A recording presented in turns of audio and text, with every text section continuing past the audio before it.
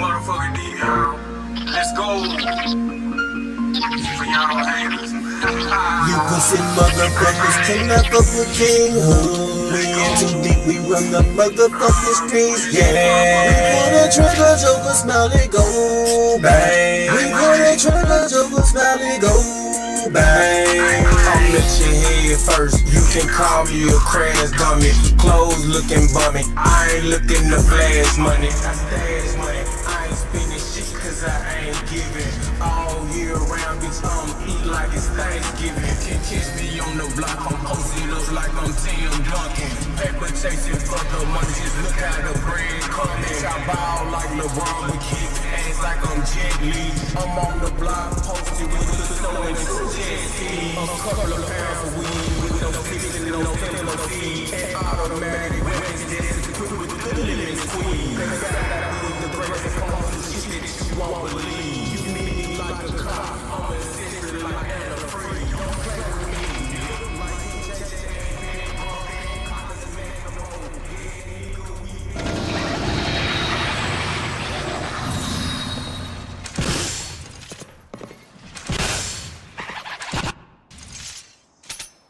You think you stand a chance?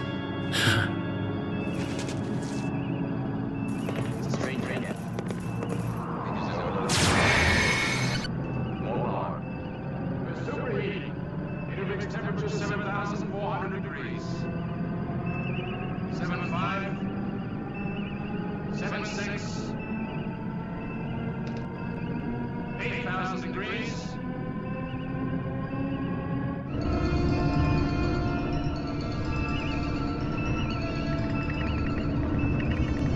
2,000 degrees above maximum. 84.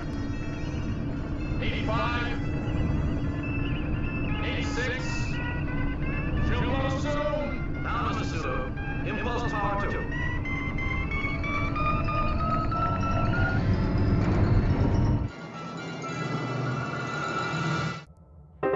State gang in the mob, King JJ, mad. PMP, gang, Joy Chit Chat, Money Boy Trey. We in too deep. Let's go!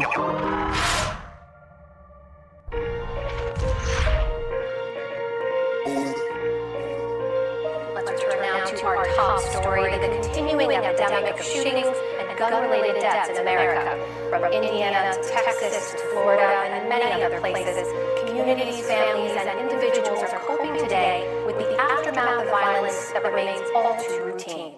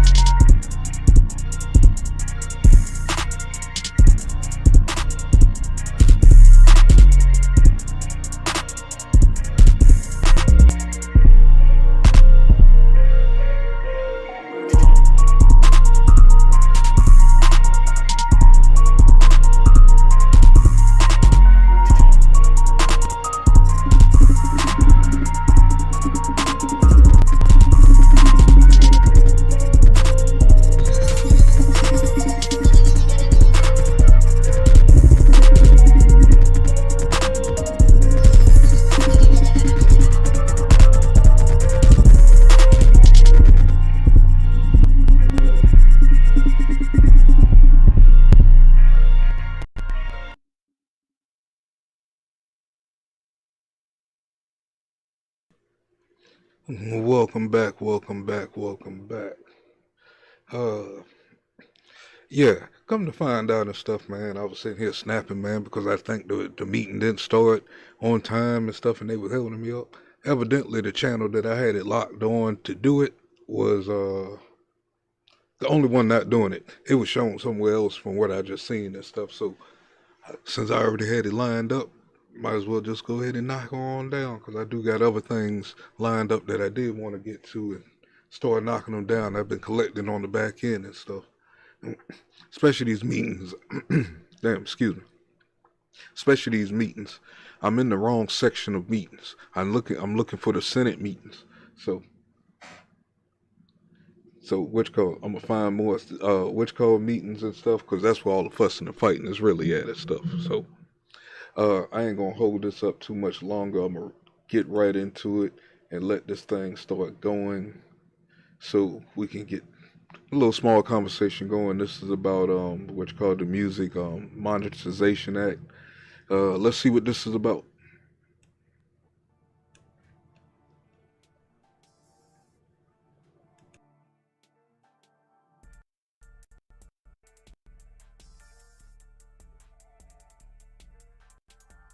To declare recesses at any time. We welcome everyone here today to a hearing on the now 5-year tendered Music Modernization Act. We are joined by several of our colleagues today who could not sit on the dais but may be joining us, and without objection they will be allowed to sit and participate as time permits. I will now recognize myself for a short opening statement. Today we are taking a look at the MMA, the Music Modernization Act, as it approaches its 5th-year anniversary. Just 5 short years ago, the still active, still performing, still entertaining Sam Moore and Mike Love of the Beach Boys stood at a signing ceremony and enjoyed the fact that their music, 50 years after a reform that covered everyone post-72, would now cover them. That portion of the act is settled law, and today we will likely not speak much about it. But much of the other reform in music modernization involved trying to get stakeholders who had agreed to enhance, modernize, and more quickly solve the critical problems of licensing musical works. Today we will explore what has worked and what has not. Music is important to America for many reasons, including it is in fact a multi-billion-dollar business that employs millions of Americans. People around the world have been inspired by our music, have learned the English language as a result of our music. And we have enjoyed music from around the world and for decades have rewarded artists enough that some of them are not washing dishes. Recording artists, musicians, sound engineers, producers, and other professionals have in fact entertained the billions of people around the world since time immemorial.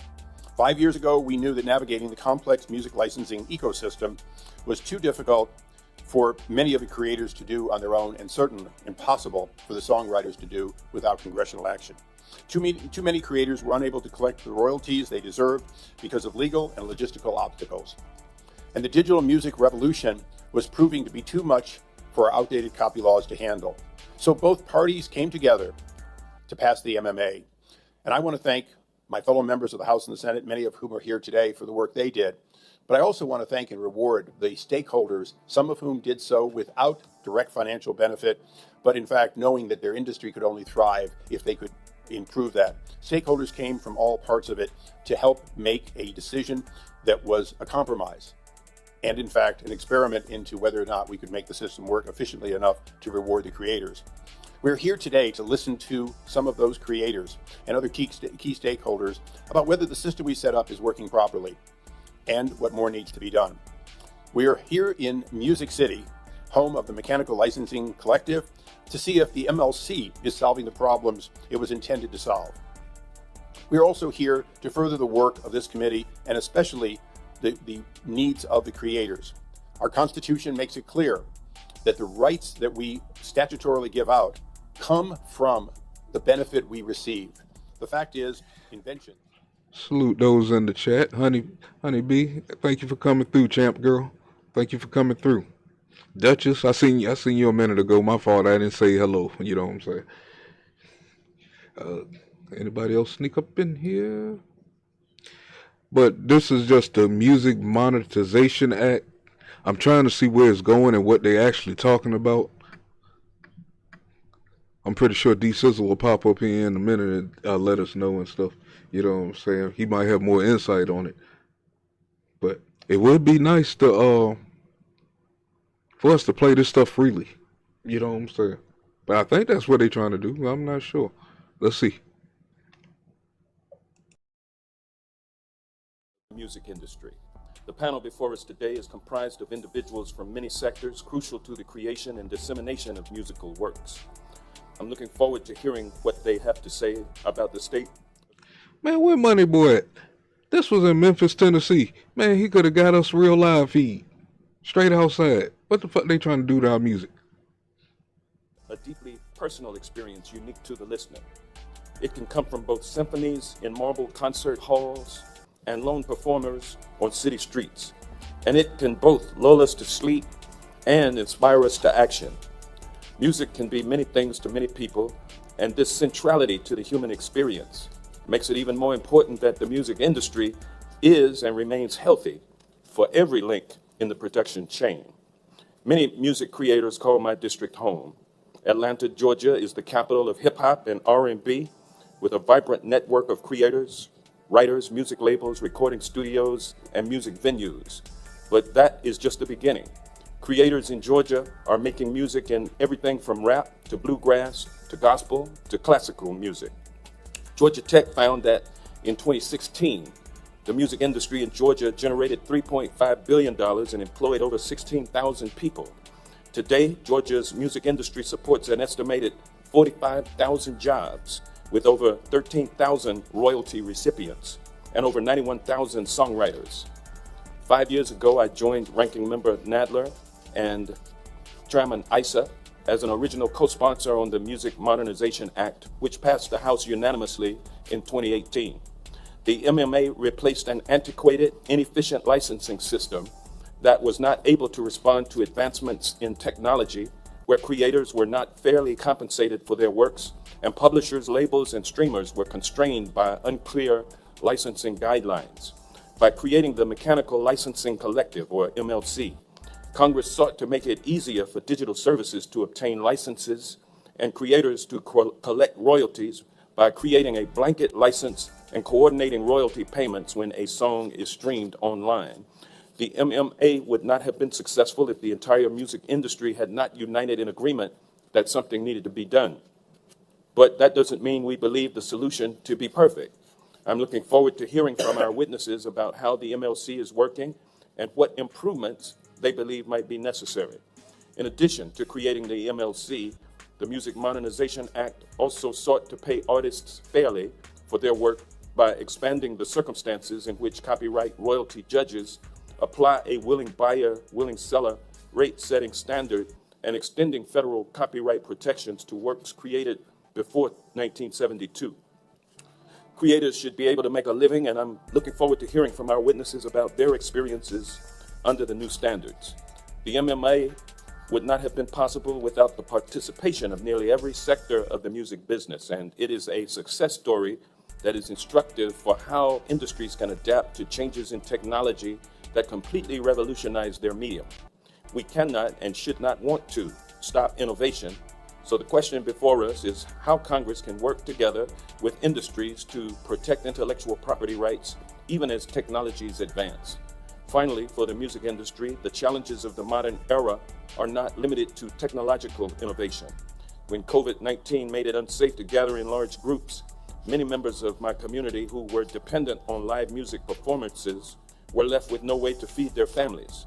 In the spring of 2020, I fought for the inclusion of pandemic unemployment assistance to help freelancers, gig workers, and others not traditionally covered by unemployment insurance gain access to those benefits. And later that year, I co-sponsored a bill to save our stages, which was incorporated into a COVID-19 relief package and made $15 billion in grants available to live venues struggling to make ends meet during the pandemic. I'm looking forward to hearing from the creators on this panel as to how the pandemic affected their business and what Congress can do going forward to keep their part of the industry going strong. Thank you again to all of the witnesses for being here today, and I'm looking forward to hearing what you have to say. And with that, I yield back. Thank you. The gentleman from Wisconsin. Thank you, Chairman Issa, for hosting and calling this field hearing. I always tell people being a member of the House of Representatives sometimes is tedious and a little overwhelming because of the scope of issues. But every once in a while, you get to do something really cool, and that's what this is here today. So thanks to Belmont University as well for hosting us. And I yield back. Thank you, Mr. Chairman, for holding this hearing and for bringing the subcommittee to Nashville, one of the great music cities of the world. Music nourishes the soul. It expresses powerful ideas and emotions, and it connects us across cultures. It is also an important driver of economic activity. According to one estimate, the music industry contributes $170 billion a year to the American economy, and it supports, directly or indirectly, 2.7 million jobs. It is clear that artists, consumers, and businesses all depend on a healthy music industry to thrive. And that's why I was proud to join with my colleagues 5 years ago to sponsor and pass the landmark Music Modernization Act. Prior to the MMA, the copyright laws governing music licensing had not been meaningfully updated in decades, with laws that, in some cases, were written when piano rolls were the dominant form of music, and that certainly did not contemplate the rise of digital streaming services. While music licensing remains a complex web of rights and responsibilities, administered and enforced by a variety of different entities under a variety of different rules, the MMA helped address some of the most glaring inequities and inefficiencies in the music marketplace. I'm pleased that we have the opportunity today to examine how the law is operating 5 years later. The MMA contained 3 main sections, each aimed at a different segment of the music industry. The first part, the Musical Works Modernization Act, addressed concerns expressed by songwriters, music publishers, and digital streaming platforms related to the efficiency and fairness of the mechanical license for the reproduction and distribution of musical works. This measure created a blanket licensing system through the Mechanical Licensing Collective, based here in Nashville, to coordinate payment for these rights when a song is streamed online. This not only helped ensure that proper payment is made to songwriters and publishers, but it also helped provide certainty to digital platforms that they would not face liability for failing to acquire all the necessary licenses so long as they pay into the collective and follow its rules. I'm interested to hear from our stakeholders here today whether the MLC is operating as intended and whether any improvements are needed. The law also changed the standard for calculating royalty rates for songwriters by eliminating barriers that kept rates artificially low and made it difficult for songwriters to earn a living. I hope to learn more from our distinguished songwriters here today about the impact of this change. The second part of the MMA addressed an enduring inequity on the sound recording side. The Classics Act, a bill that I originally introduced with Chairman Issa, resolved the long-standing dispute over payment to artists for works recorded before 1972. In many cases, these legacy artists were collecting no royalties at all when their works were played on streaming platforms, a fundamental unfairness. The Classics Act addressed this problem by bringing these pre-72 works, which had been protected previously only by state laws, within the federal copyright system. I hope that we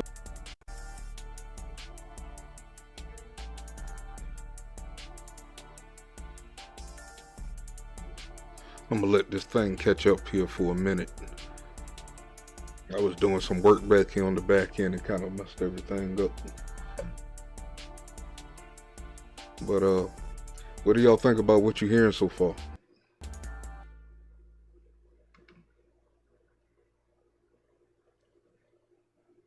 Are they trying to and is my music doubling? That was another thing because I had switched the track. I wanted to make sure it wasn't double feeding. I don't know why this thing do that. I gotta figure that out. I didn't ask it to go through the other line. I just wanted it for its only solo line. But hey, comes with the process. But what do y'all think about what y'all hearing so far? Are they trying to get paid for the little music that we use? You know what I'm saying? Because a lot of that music we use, you know what I'm saying, we don't pay for 3 or 4 times and stuff, you know what I'm saying? Like, I mean, I'm old school, you know what I'm saying, 90s hip hop and stuff. How many times have we bought the Grand Poobah album? Every time that motherfucker break, goddamn, you run right out about the Grand Poobah album. The Fugees, the Wu-Tang Clan, all these damn albums that's classic albums, especially when they was on tape. You know what I'm saying? Or CD when they first came out because you didn't handle the CD correctly. You know what I'm saying? We done bought these things 4 or 5 times over. So, I mean, I don't understand. You know what I'm saying? The Anita Baker Rapture tape. How many times we don't bought this motherfucker and shit? You know what I'm saying? There's all kind of tapes and shit we don't bought multiple times. Like at the beginning, dude was bringing up the Beach Boys. I guess he from that era. How many times and how many different forms have he bought that damn album in? You know what I'm saying? He done went from record to probably eight track to records to tape to CD. You know what I'm saying? And then he probably had to turn around and go buy it off of goddamn Apple if he used Apple products. You know what I'm saying? Like, how many times do we have to pay these motherfuckers for this shit? A lot of these songs just should be just free, which I think it is. I think you just have to look up non-copyright. You know what I'm saying? Industry tracks. Things like that. Me, I just take a chance. You know what I'm saying? If I load it up after I did some work with some imagery or some shit like that, I ain't worrying about the little shit. You know what I'm saying? I'm letting that motherfucker roll. Shit. Still, my visual is out there. You know what I'm saying? But a lot of these other shits, I wouldn't even fuck with it. They probably try to take your damn page down. You fuck with some damn Drake or some Drake and some damn Jay-Z and shit. Alright, let's see if this caught up and shit so we can stop skipping. We will learn today whether this provision has benefited these legacy artists as we had hoped. Finally, the MMA contained a provision to help ensure that music producers and engineers receive in an efficient manner the royalties that they are owed for their important contributions to the creation of music. Each of these provisions was the product of debate and compromise by the many stakeholders involved, forged over the course of many years of tireless work. Although we are here today observing the passage of the MMA nearly 5 years ago, it was another moment, 10 years ago, that is also worth recognizing. That is when former Chairman Bob Goodlatte first launched the committee's comprehensive copyright review. Over the course of 5 years, we held numerous hearings, roundtables, and listening sessions, and heard from dozens of stakeholders. It was this exhaustive bipartisan process that helped foster an environment in which the music industry could reach consensus on many important issues. Only then was critical legislation like the MMA possible. I hope that this hearing will serve as a reminder that meaningful change is possible when we all work together. One area in which I hope that agreement is possible is ensuring fair compensation for artists when their work is played on terrestrial radio. I consider this to be unfinished business, and I look forward to continuing to work with Chairman Issa on this issue, but that is a matter for another day. We have much to be proud of in passing the MMA, but no legislation is perfect, and I appreciate the opportunity to hear from our distinguished witnesses today on whether any refinements are needed. I thank the Chairman for convening this important discussion. I look forward to hearing from all of our witnesses, and I yield back the balance of my time. I thank the gentleman. Now go to the gentleman from Virginia, Mr. Klein. Well, thank you, Mr. Chairman, for bringing the subcommittee to Music City. It's great to be here, and it's great to be with my colleagues. Thank the witnesses for appearing. Look forward to their testimony and to a great discussion about the MMA 5 years later. My bad, Money Boy, if you hear this and stuff, man. I thought it was in Memphis, man. I thought, man, like, damn, man, he could have got us goddamn front row, boy, them coming out of that motherfucker. Get some questions. But no, they in Nashville, so my bad. Still would have been nice to catch some of these motherfuckers, boy. It's time to get into some shit. As Chairman Nadler said, former Chairman Nadler said, that if we work together, bipartisanship exists on this subcommittee. It is one of the few areas, we are an oasis, if you will, of bipartisanship in a sea of partisan rancor. And so I'm glad to be here with all of my colleagues and look forward to the discussion. Thank you, Mr. Chairman. Yield back. Thank you, gentlemen. We now introduce our distinguished panel of witnesses. Mr. Chris Arend is the Chief Executive Officer of Mechanical Licensing Collective. The MLC is a nonprofit organization designated by the Copyright Office pursuant to the Music Modernization Act to administer blanket mechanical licenses for copyrighted musical works and collect and distribute the royalties. Prior to joining the MLC, he worked for 20 years in the music industries and is a former Warner Music Group and Sony BMG Music Entertainment alum. Mr. David Porter is an award-winning songwriter, producer, and singer. He was introduced into the Songwriting Hall of Fame in 2005, and Rolling Stone magazine named him one of the 100 greatest songwriters of all time, an award that is still elusive to me. Mr. Porter has written more and co-written more hits, including Soul Man by Sam and Dave, a favorite of mine, and he continues to write, produce, and perform music for over 60 years, with his credits spanning music from Aretha Franklin to today, the most modern and current stars.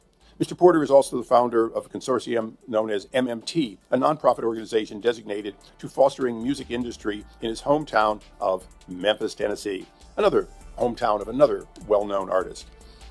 Mr. Daniel Tassian has been a songwriter, producer, and musician for nearly 3 decades, a short time by comparison to Mr. Porter.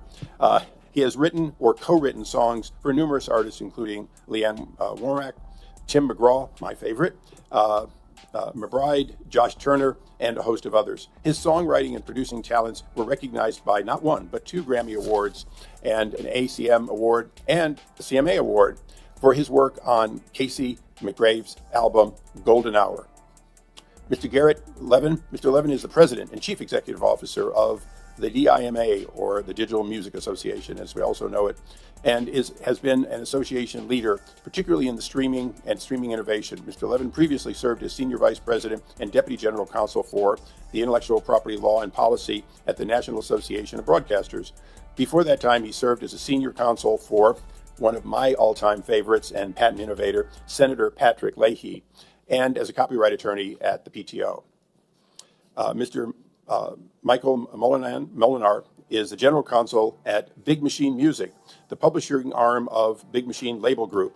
He has nearly 30 years of experience in the music industry and has recently been elected to a 3rd term on the board of the National Music Publishers Association. He also serves on the board for the MLC, and as a result, we'll get a lot of questions today.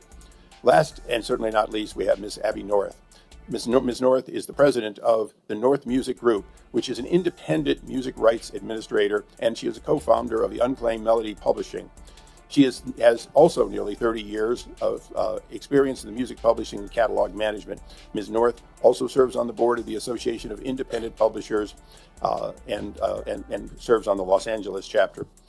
We welcome all of our witnesses, and pursuant to the rules of this committee, if you could please all rise to take the oath. Your photo moment, even if you don't work for Big Tobacco, is now. Please raise your right hand. Do you solemnly swear or affirm, under the penalty of perjury, that the testimony you will give today will be the truth and correct to the best of your knowledge and information, so help you God? Thank you. Please be seated. Let the record reflect that all witnesses answered in the affirmative.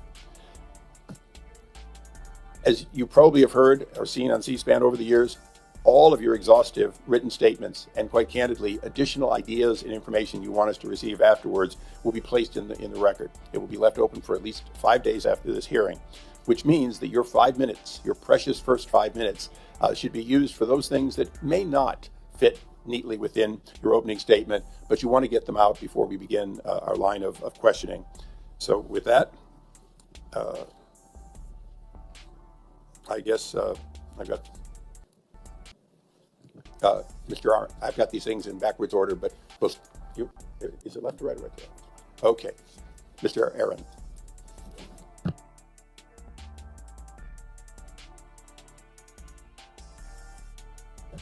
For purposes of our streaming audience, if you could get this as close as possible with the red light looking at you, you will be very much appreciated. You got it. Good morning. Chairman Issa, Ranking Member Johnson, Members Klein, Fitzgerald, and Nadler. My name is Chris Arend. I'm the Chief Executive Officer of the MLC, and it is my pleasure to share with you today the progress we have made toward fulfilling the vision and statutory mandates set out in the MMA, which, as several of you have already noted this morning, Congress passed unanimously in 2018 with the support of an historically broad coalition of industry stakeholders. The creation of the MLC was a key part of Congress's vision to modernize the compulsory licensing system for musical works in the United States and to usher in a new era of more effective, accurate, and transparent royalty administration. That system assigns specific responsibilities to each of our key stakeholder groups. The MLC often refers to this framework of shared responsibility as playing your part, and it reflects a key tenet of the MMA that improving the system would depend upon the continued participation by and collaboration among all stakeholders. So how are things working? Happily, I can report that after only 2.5 years of full operations, the MLC is making things better, just as Congress intended. Here are just a few of the metrics that evidence our progress to date. We've enrolled more than 28,000 members, the large majority of whom are smaller independent publishers and administrators, as well as self-administered songwriters. How in the hell he get his head so shiny? That shit is glowing. 1 million musical works. We've helped nearly 60 digital services secure the blanket license. We have completed 27 monthly royalty distributions on time or early, and we have never missed a distribution. We have distributed well over $1 billion in royalties, and we have achieved historically high match rates and high distribution rates while providing this unprecedented level of transparency. We've accomplished all of this while seeking to engage as many stakeholders as possible, and we've done that in a variety of ways, including by hosting or attending hundreds of virtual and in-person events, which have enabled us to reach nearly 30,000 stakeholders from every state in the country, by providing one-on-one support through our support team, which has responded to nearly 60,000 inquiries to date, by regularly meeting with songwriters, publishers, administrators, and other CMOs of all kinds to help them better understand how our processes work and how to use the tools we've created for them more effectively. And finally, by meeting regularly with a wide variety of groups that represent the many different stakeholders we serve to ensure that we are always receiving direct and unfiltered feedback from the broadest possible cross-section of our industry. That said, by no means are we done. Each month, we continue to work hard to enhance and improve our existing operations based on the feedback we receive directly from our members. We are also actively preparing to tackle two significant challenges that involve the streaming rates for the 5-year period between 2018 and 22. These rates are just now being finalized by the Copyright Royalty Board and the Copyright Office. Once these final rates take effect, digital services will have 6 months under the existing regulations to deliver any new data and adjusted royalties required by the final rates. Once the MLC has received that new data, the first thing we will be able to do is begin distributing matched historical royalties from 2018, 19, and 20, plus interest from the date we received those royalties from the services. That is because we have already matched nearly 70% of the historical royalties reported to us for those years. Taken together with the historical uses from earlier periods, we have already matched nearly 300 million of the historical royalties that DSPs were not previously able to pay. And we will continue our efforts to try to match even more of the remaining historical royalties in the months to come. At the same time, our members can continue to search that data themselves and propose matches to the works they have registered. This is possible because the MLC has fully illuminated the black box of digital audio mechanicals for the first time in history by making all of the data for both the remaining unmatched historical royalties and the remaining unmatched blanket royalties that we've received available for any of our members to search and act upon using our matching tool. The second thing the MLC will be able to do is start processing adjustments for the blanket royalties from 2021 and 22 that we previously distributed at the lower interim rates. Once this very complex reconciliation process is completed, we expect to be able to distribute a substantial amount of additional blanket royalties to rights holders for those.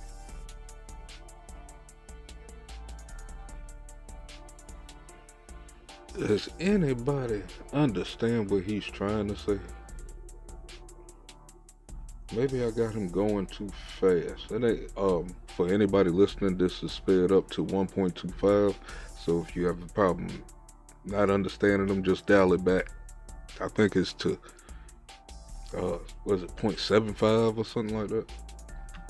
And it should play normal. But what the hell? I might have to slow him down though. Let me go back 5, 10, 15, 20, 30. Okay. Let's listen in. Periods, we have already matched nearly 300 million of the historical royalties that DSPs were not previously able to pay. And we will continue our efforts to try to match even more of the remaining historical royalties in the months to come. At the same time, our members can continue to search that data themselves and propose matches to the works they have registered. This is possible because the MLC has fully illuminated the black box of digital audio mechanicals for the first time in history by making all of the data for both the remaining unmatched historical royalties and the remaining unmatched blanket royalties that we've received available for any of our members to search and act upon using our matching tool. The second thing the MLC will be able to do is start processing adjustments for the blanket royalties from 2021 and 22 that we previously distributed at the lower interim rates. Once this very complex reconciliation process is completed, we expect to be able to distribute a substantial amount of additional blanket royalties to rights holders for those 2 years.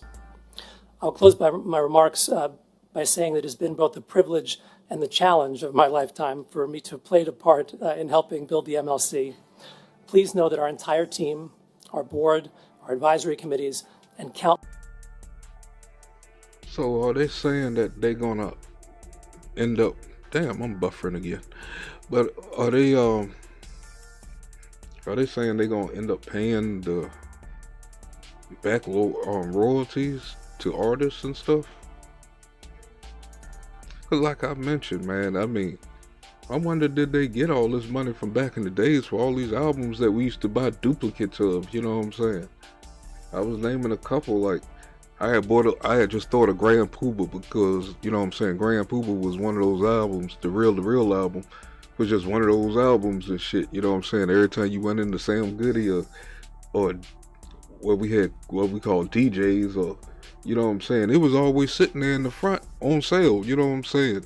$2.99, $1.99, and it's like the one at home always got fucked up for some reason. You know what I'm saying? Something tragic always happens to that damn tape. That one there, Anita Baker tape. It was a couple I mentioned, you know what I'm saying? That we don't just bought numerous times. So they gonna finally get all this money and shit, you know what I'm saying? I don't know. I could be wrong. I could be understanding it wrong, you know what I'm saying? Well, I wouldn't be understanding it. But y'all know what I'm trying to say. Back to the show. Countless others have worked tirelessly and in good faith over the past few years to try to make your vision for the MLC a reality. And we remain equally committed to building on the milestones we've achieved as we continue this important work in the future and make the MLC better. Thank you for inviting me here today, and I look forward to answering your questions. Thank you. Mr. Porter. Thank you, Chairman Issa and Ranking Member Johnson, members of the subcommittee. Thank you for inviting me to speak to you today. Now, I'm afraid your red light isn't lit. Now Again, you're in business. Thank you, Chairman Issa and Ranking Member Johnson and members of the subcommittee. Thank you very much for inviting me to speak to you today. I'll skip over the credit information that you said about me and get to the guts of what I. You've only got 5 minutes. You'd never make it all. I won't even try. Thank you for coming to Nashville for this important field hearing. It's a great place, Music City, to hear firsthand what's happening in music from songwriters, musicians, and executives and experts. I'd like you to check out my hometown of Memphis, Tennessee as well. I understand one of the purposes of your visit is to learn more about the impact of Music Modernization Act. Thank you for passing that landmark bill. Like a great song, the MMA benefits so many people in so many unique ways, many of whom have no idea just how much work it took to create. But whether you're a music creator or a legislator, the goal is to make something worthwhile that will endure and change lives. And that's exactly what the MMA has done. For recording artists, including many of the greats I worked with early in my career at Stax Records, the key provision is found. Why the hell am I buffering? How you doing, E. Brooks? Thank you for coming.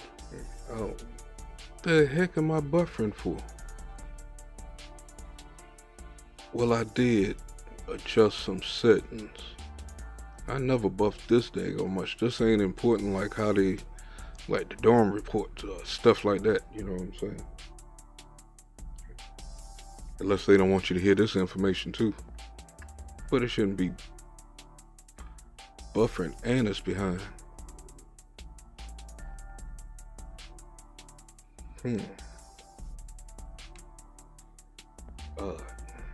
Let's get back to this. In Title II of the MMA, also known as the Classics Act. Because of a quirk in copyright law, recording artists were generally denied streaming royalties for music recorded before February 15, 1972. That includes some of the classic music of all time. Motown greats like Smokey Robinson, sax greats like Otis Redding, Al Green of High Records, and country greats like Johnny Cash and Patsy Cline, and rock and roll legends like Chuck Berry and Wilson Pickett. It was totally arbitrary and unfair. In the mid-'60s, I wrote a song called Soul Man. Sam and Dave recorded it, won a Grammy in 1968. But when that classic recording was streamed before the MMA passed, neither Sam Moore nor Dave Prater's estate received any royalties. Even crazier, when later covers of the song, like Soul Man, like the John Belushi Dan Aykroyd Blues Brothers recording made in 1970, when that was streamed, there was a royalty payment for those performers. The Classic Act sections of the MMA changed that, protecting legacy artists and ensuring they get paid when their timeless music is streamed. MMA made other changes.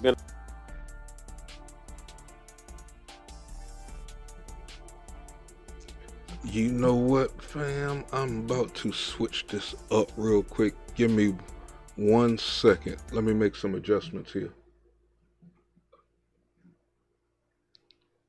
I have to close out the studio here, because this is fucking with me and I can't take it.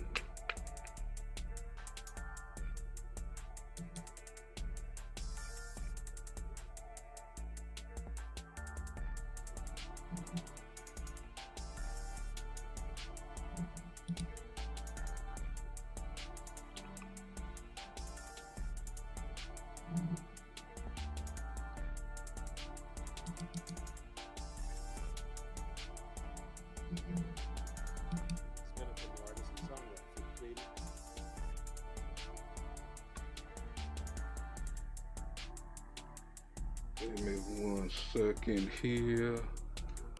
Make a couple of adjustments.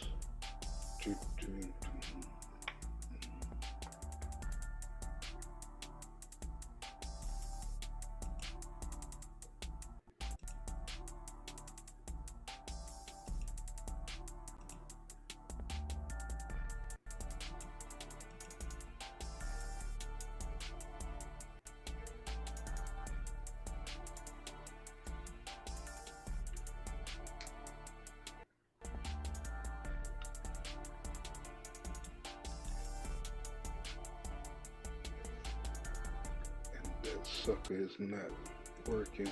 I was trying to bring the feed in from another device, and it don't seem like it wants to work today. Unless I have to go down here.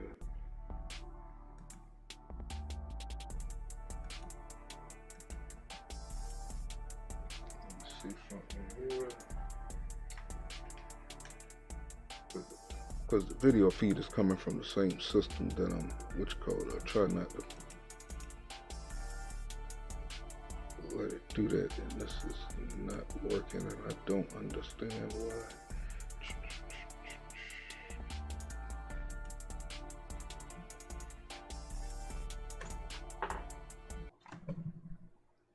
Try this one more time.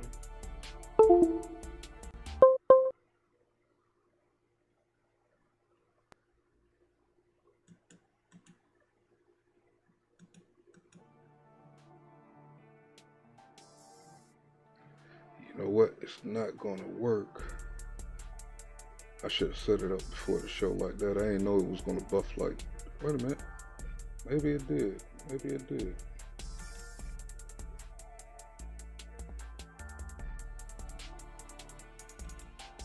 No, it didn't. It did not.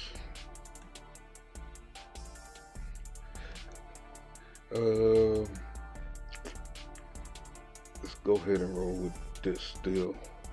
Or maybe I need to dial back the damn, it's sitting at 360. I'll take it back anymore, it's gonna look ugly. Alrighty, let's go. Benefiting artists and songwriters. It created Mechanical Licensing Collective that is streamlining digital royalties for songwriters and making life a lot easier for streaming services too. It brought more music under the fair market rate standards, replacing outdated standards that pay below market royalties for satellite radio and other uses of music. Though that was needed, more still needs to be done. It certainly paved the way for producers to get their fair share in royalties, creating a process for artists to instruct Song Exchange to pay them directly.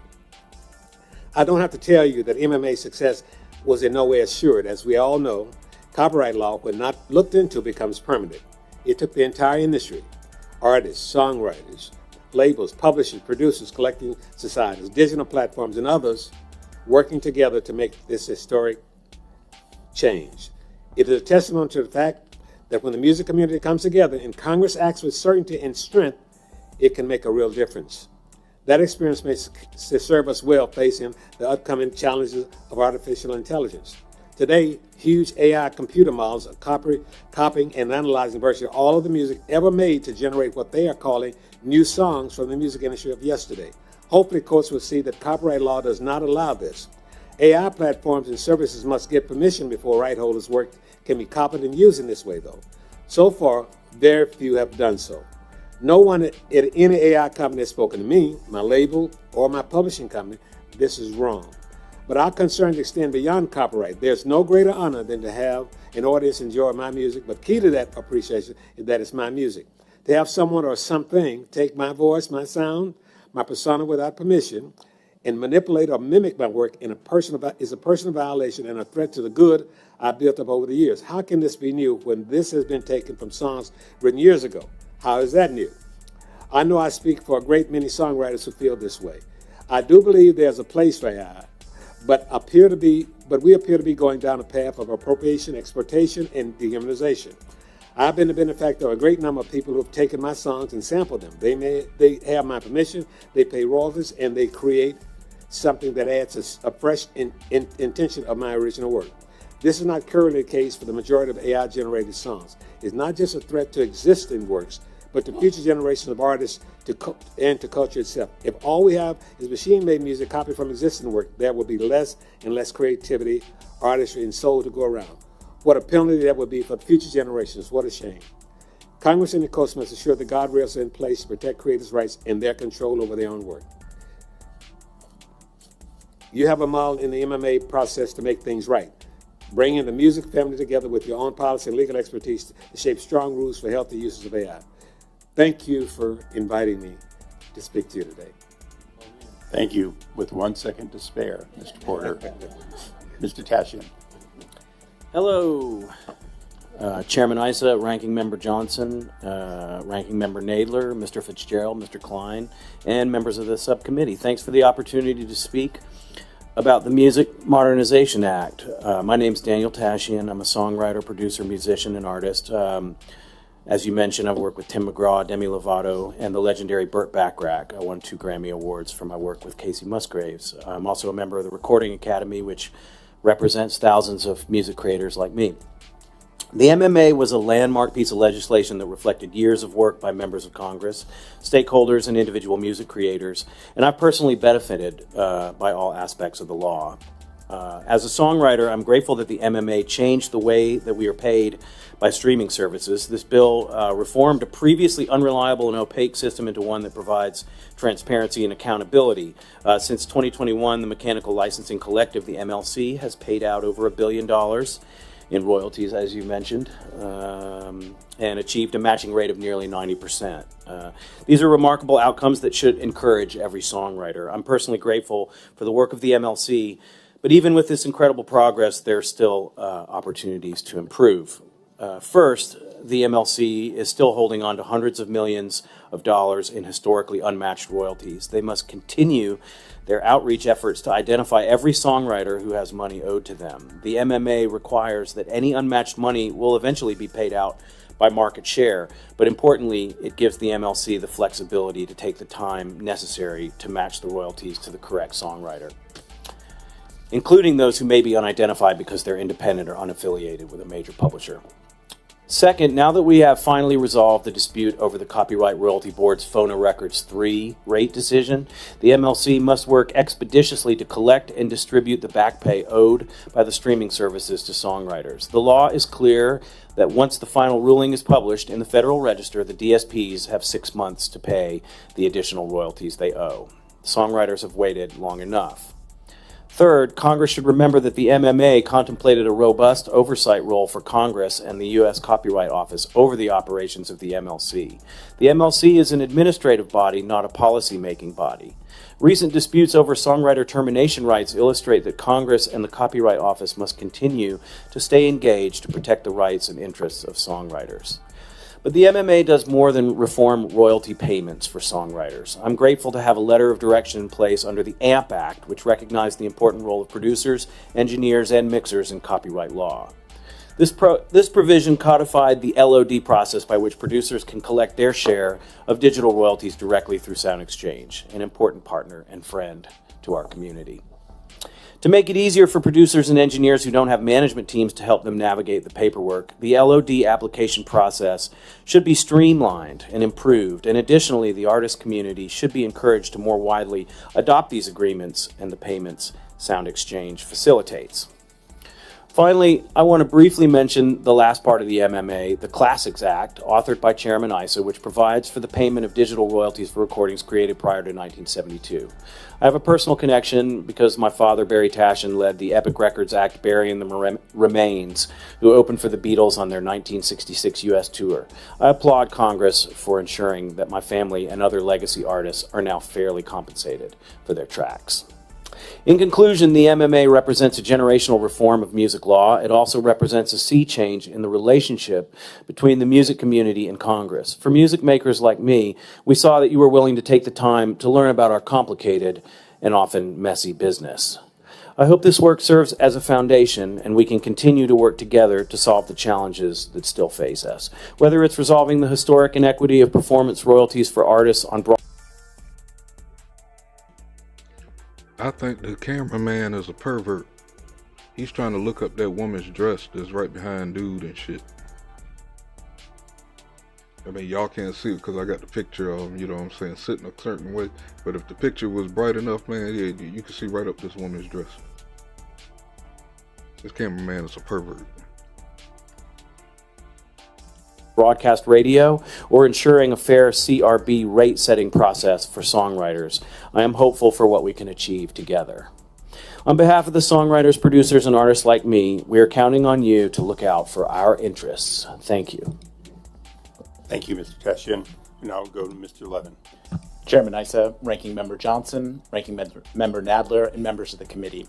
Thank you for the opportunity to testify before you today at this important hearing on the Music Modernization Act at 5 years.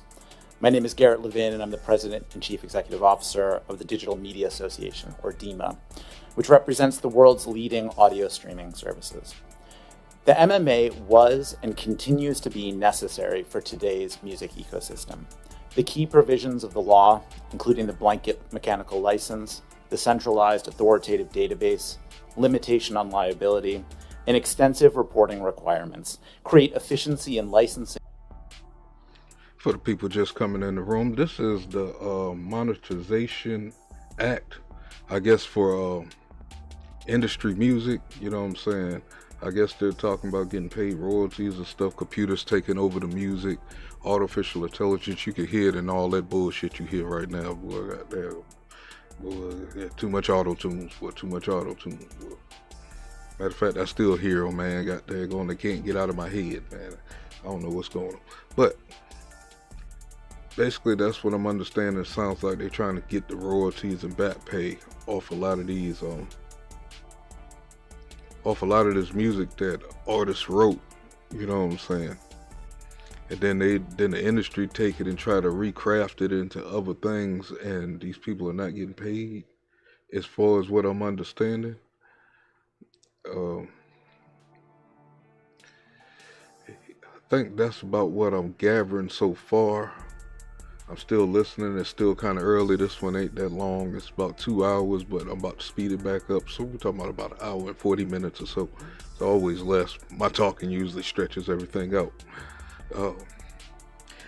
If y'all just getting into the room for the first time today, what you call, down on your left corner, we have a news ticker. You know what I'm saying? Keep you up to date. You know what I'm saying? While we got long shows like this and things going around, it don't keep you up with the YouTube streets, but it do keep you up with what's going on around the world. Ever so often I readjust it for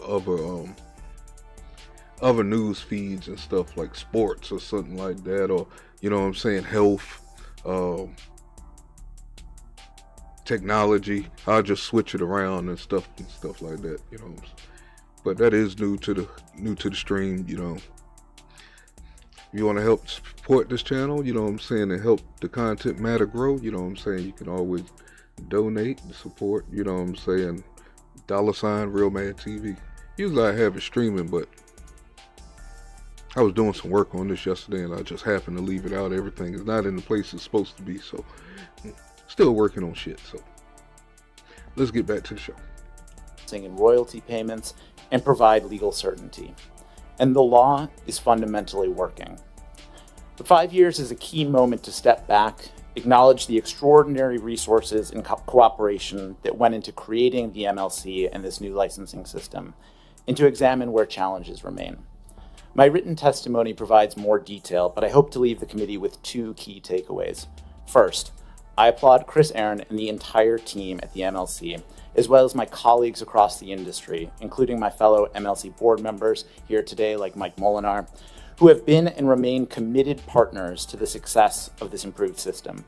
The results Chris cited in his testimony are truly impressive, and the MMA is a model of how together we can solve hard problems for the benefit of all. Second, we should continue to diligently identify areas for improvement to reach the full potential and intention of the MMA, including 2 I will focus on today. Ensuring that regulatory and statutory positions reflect the MMA's critical balance, and ensuring that the MLC's budget is reasonable and cost-effective. The MLC sits at the heart of the MMA's blanket mechanical license system. In its best form, the MLC can serve as a neutral level seat of a 3-legged stool, administering the blanket license system in an effort to balance the interests of 3 sets of stakeholders: songwriters, music publishers, and digital streaming services. A neutral administrator and best-in-class back-office service provider that processes massive amounts of data provided by digital music services, provides a one-stop authoritative shop for rights holders to register their works in a centralized public database, matches more works to sound recordings than previously possible, and effectively and efficiently pays out hundreds of millions of dollars in royalties every year to publishers who in turn pay songwriters. In the first year of operations in particular, the MLC worked bilaterally with services to ensure they successfully transitioned to the new system. Unfortunately, on broad interpretations of the statute and regulations, we have seen several instances where the MLC has acted not as a neutral partner, but rather as arbiter or advocate on behalf of the music publishers, just one leg of the stool. Instead of siding with any one stakeholder, the MLC should seek clarification from the Copyright Office and rely on the authority the MMA granted to the office. To do otherwise is contrary to congressional intent and produces results that distort the necessary balance of the statutory licensing regime in light of the MLC's power over all stakeholders. Guidance from this committee to ensure that the MLC acts as a neutral administrator will help to advance the goals of the MMA and improve the system for all. This need for neutrality is paramount given the unique funding structure of the MLC, which requires that licensees pay for the costs of the MLC's operations on top of their royalty obligations. This structure has actually led to the absurd circumstance that the services are paying for both their own advocacy costs and the MLC's costs in advancing arguments often indistinguishable from the music publishers. That was not the intention of the MMA. Twice now, the services have agreed to fund the costs of the MLC at the amount requested, even as those costs increase significantly. The MMA explicitly provides that the services are responsible only for the reasonable costs of running the collective. The MMA did not hand the MLC a blank check. The true measure of reasonableness will be material improvements in efficiency and effectiveness of the MLC's core functions. Are more royalty-bearing works registered? Are more works matched? Are more royalties paid through to the rights owners? It is all of that done with increasing efficiency and effectiveness over time. Regular review by Congress of budgeting and spending against ongoing performance improvements will help ensure that the law lives up to its full potential and help the parties avoid inefficient and expensive litigation over costs before the Copyright Royalty Board. The MMA was a major stride forward in improving music licensing for the digital market. DEMA and its members were proud to be a central part of the law's passage, and we continue to support the law. Our member companies interact with the MLC on a near constant basis, and we believe that they, like us, fundamentally want to improve the system. DEMA's members want the MLC to succeed. More than that, they need the MLC to succeed. When the MMA passed Congress, it was described on multiple occasions as a once-in-a-generation measure to improve the licensing system for all stakeholders. 5 years in, we continue to believe that is true. I thank you and look forward to your questions. Thank you. Mr. Molinar. Good morning, Chairman Issa, Ranking Member Johnson, and members of the subcommittee. My name is Mike Molinar, and I'm the president of Big Machine Music, a leading independent music publisher based here in Nashville. I'm also a current and founding board member of the Mechanical Licensing Collective designated by the U.S. Copyright Office. I'm honored to appear before you today and provide my perspective as an independent music publisher on the Music Modernization Act. As a music publisher, I am responsible for representing songwriters, the authors of musical works, and helping to develop their careers, exploit their songs, and then collect and pay them royalties when those songs are used. It was during my college internship 27 years ago, just down the street, where I discovered a job in music publishing, what music publishing entailed. I was immediately hooked at the idea of working with the musical magicians who write the soundtrack of our lives and whose hits are the bedrock of the entire music industry. That fall, I began my first job in publishing as a catalog manager and worked my way up to a creative publishing executive, eventually starting my own independent music publishing companies. For the past 11 years, I've been proud to serve as the head of Big Machine Music, which I launched at the request of music industry titan Scott Borchetta. Thanks to Mr. Borchetta, our team, and most importantly, a roster of songwriter partners that are among the very best in the world, Big Machine Music has thrived and prospered. While developing songwriters and generating opportunities for their songs is a big part of the equation, ensuring that our songwriters receive royalties when their songs are used and reporting to our writers on a timely and accurate basis remains our core function. That is where the MMA and the Mechanical Licensing Collective that it created come into play. Musical work rights are complicated, and many of our rights are regulated by government. Prior to the passage of the MMA, the collection of royalties under Section 115 of the Copyright Act at times felt like an Easter egg hunt in a carnival funhouse maze of mirrors. The process required sending paper licenses called NOIs for every licensed composition. This worked when 10 songs were licensed for a record or CD, but it became impossible to administer once 10 million songs or more were licensed by digital music providers such as Spotify. Attempting to collect royalties meant registering with multiple third-party vendors. There was no transparency, so the system was ripe for abuse, and unlicensed use of our works were frequent. There was no guarantee of song data being correct, of timely payment of royalties, and virtually no recourse unless we were willing to bring a costly legal action. For an independent company, the administrative burden was stressful for us and harmed the financial welfare of our writers. Thanks to Congress's leadership and unanimous support, our industry was provided with historic changes in the MMA, including necessary reform to the way our rights are licensed, administered, and paid through the creation of the MLC. In exchange for a blanket license for all works played on their platforms, digital music providers now fully fund a centralized, transparent, and rights holder-run collective that allows music publishers and songwriters assurance that they receive compensation for uses of their songs. As a publisher, I am here to tell you today that the MLC you helped to create is working and working well. Despite an aggressive timeline set by the statute and through a global pandemic, the MLC was developed from scratch and launched on time. Since April 2021, rights holders have received monthly payments of our mechanical royalties, and these payments have been on time every month. With a fully public database, we have critical transparency into song ownership data, song uses, and income sources for the first time. Through a centralized claiming portal, we can claim and match our works, giving us the control we need. Through their engaged customer service, we have help to guide us through the process. Finally, the MLC's right to audit to ensure proper payments and to bring legal action to enforce rights benefits all publishers, but especially independent music publishers such as Big Machine Music. Make no mistake, there is effort necessary from each publisher and administrator to make the MLC and its new blanket license work. It is why the MLC promotes the slogan of play your part. Through the onboarding process, publishers like me can maintain the fidelity of their ownership information, make corrections where necessary, and discover discrepancies. In short, it has made our data better and more reliable, which means better payments to our songwriters. I can attest that Big Machine Music has seen an increase in royalty collection due to the direct efforts of the MLC. As a founding board member, I'm here to tell you that being a small part of building the MLC is one of the greatest privileges of my career. It is rare to have an opportunity to start an entity of this magnitude from scratch and get it right, which is a responsibility felt by everyone involved. The MLC's board is a mix of songwriters, independent and major publishers, representing all genres of music and from across the United States.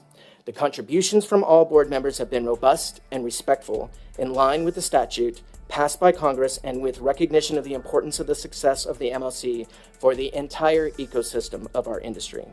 Thank you again for passing the MMA 5 years ago and for your attention to it today. Thank you, Ms. Norman, or Ms. North. Mr. Chairman, members of the subcommittee, I'm an independent music publisher, songwriter advocate, and technologist. My husband's father was a composer named Alex North. With High Zeret, Alex wrote the 1955 standard Unchained Melody. When our families had a worldwide recapture of rights in Unchained Melody, we joined various foreign collectives, and I learned global music publishing. I was able to view and correct data and increase our royalty collections. Soon, other legacy songwriters and their families asked if I would administer their works as well. When I first heard about the MMA and blanket mechanical license, I was pleased and hopeful. I believed and was promised that the intention of the MMA was for a new, authoritative gold standard database to be engineered with aggressively vetted musical work and sound recording data. The MLC Inc. became the first MLC and engaged the Harry Fox Agency as its data and operations vendor. HFA has been integral to the music business since 1927, but one data set is not enough. The MLC must license data from many providers. To my knowledge, the promised new MLC database and new data set don't exist. The MLC uses slogans like play your part to drive music publishers to sign up with the MLC and confirm the MLC's data. But it seems that playing our part means doing the MLC's job and devoting our own resources to the tasks that DSPs pay the MLC to do. A major part of the MLC's mandated role is to match sound recordings to musical works. If a recording isn't correctly matched, the publisher and songwriter don't receive mechanical royalties. Per the MLC, Unchained Melody has been recorded by more than 30,000 artists. To perform due diligence, I asked the MLC for a list of those recordings, but was told it wasn't possible to export. I was told if I had access to the MLC's data dump, then I could go find the information. Well, fortunately, I do have access to that data dump. I paid thousands of dollars to create a database that allows...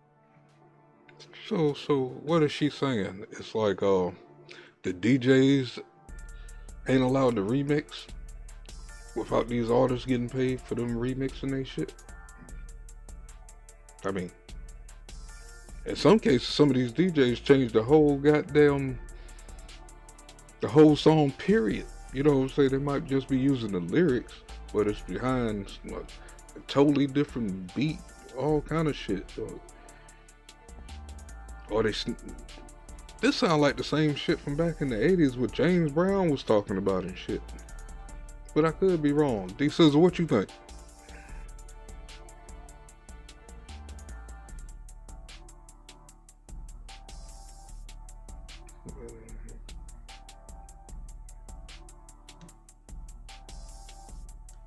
allows me to analyze that data in order to identify gaps and errors. I reviewed matches on behalf of my clients. For one well-known legacy song, 11% of the sound recording to composition matches were wrong. For another, 20% were wrong. After the MMA passed, the DSPs transferred roughly $424 million in unallocated black box royalties to the MLC. If I register my works with the MLC, my money shouldn't be in that black box. But sometimes I have co-publishers who deliver different data about our shared work that might overwrite my data. Sometimes I don't know about a recording of the work. And foreign and domestic songwriters, they may not know about the MLC. All CMOs have data gaps and errors, but by statute, the MLC is mandated to aggressively apply its resources to reduce that black box. We must prevent the wrong parties from receiving Phono Records 3 royalties, which apparently will soon be distributed. Some US publishers are even engaging the Canadian collective CMRRA for a fee to fix their problems at the MLC. I've never heard of one collective cleaning another collective's data. Another problem I have with the MLC involves misclaimed copyright shares by independent artists who distribute music and deliver data through aggregators. At least on a monthly basis, I must play whack-a-mole, searching the MLC's portal to find new registrations of our work that make no mention of Alex North, not High Zerit, and not our publishing entities. And when I claim these infringing registrations at the MLC, my underlying registration goes into suspense. To make the above even more complicated, there's no claim overlap or dispute resolution portal within the MLC's website.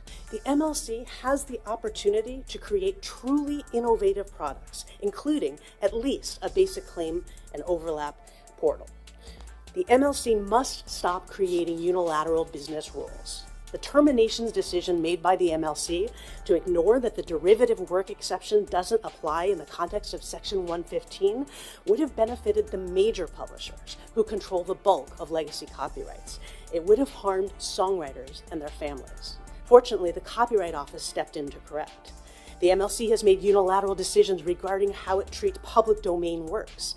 It invoices the DSPs for streams of these public domain works, but no publisher is entitled to these royalties. I want the MLC to succeed, and we all need it to succeed.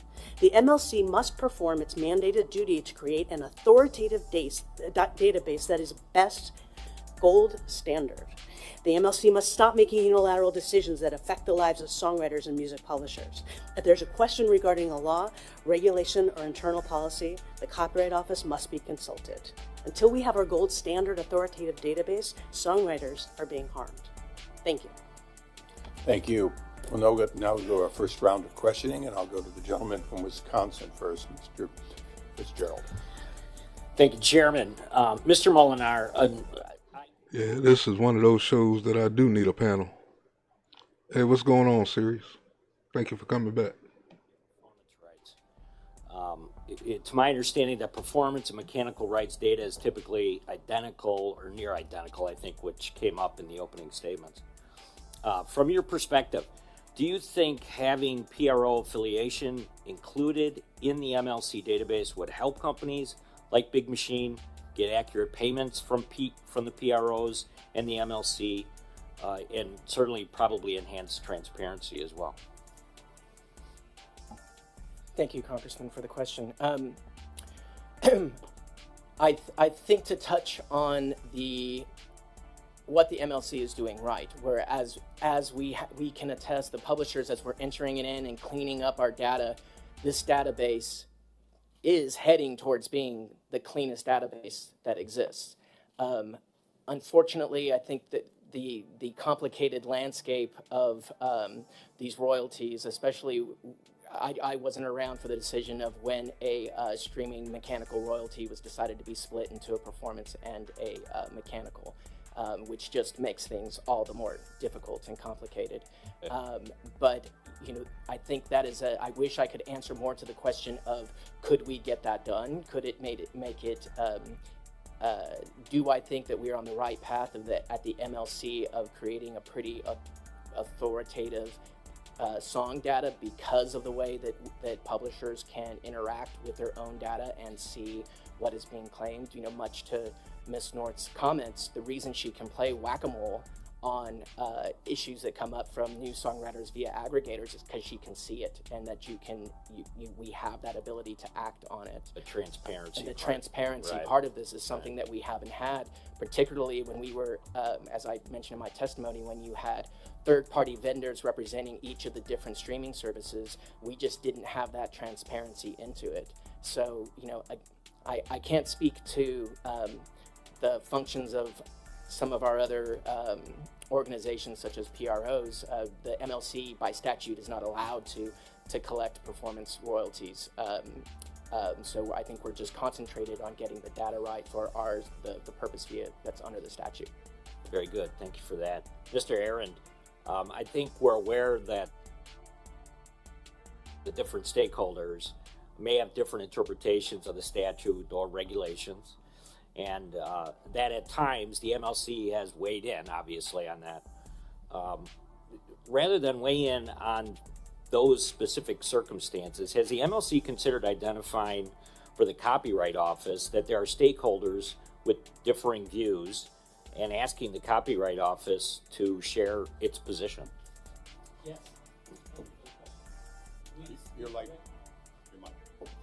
Thank you, Mr. Fitzgerald, for the question. We speak regularly with the Copyright Office, and we talk with them about the operational challenges we face and the issues that we see and hear from our members. The terminations issue is a great example. The MLC raised that issue in regulatory proceedings the Copyright Office held in 2019 and 20, and we pointed out that we did not see that issue addressed by the MMA and that there was not a clear answer on the law. And we asked the Copyright Office to weigh in on that issue at the time. They declined to do so.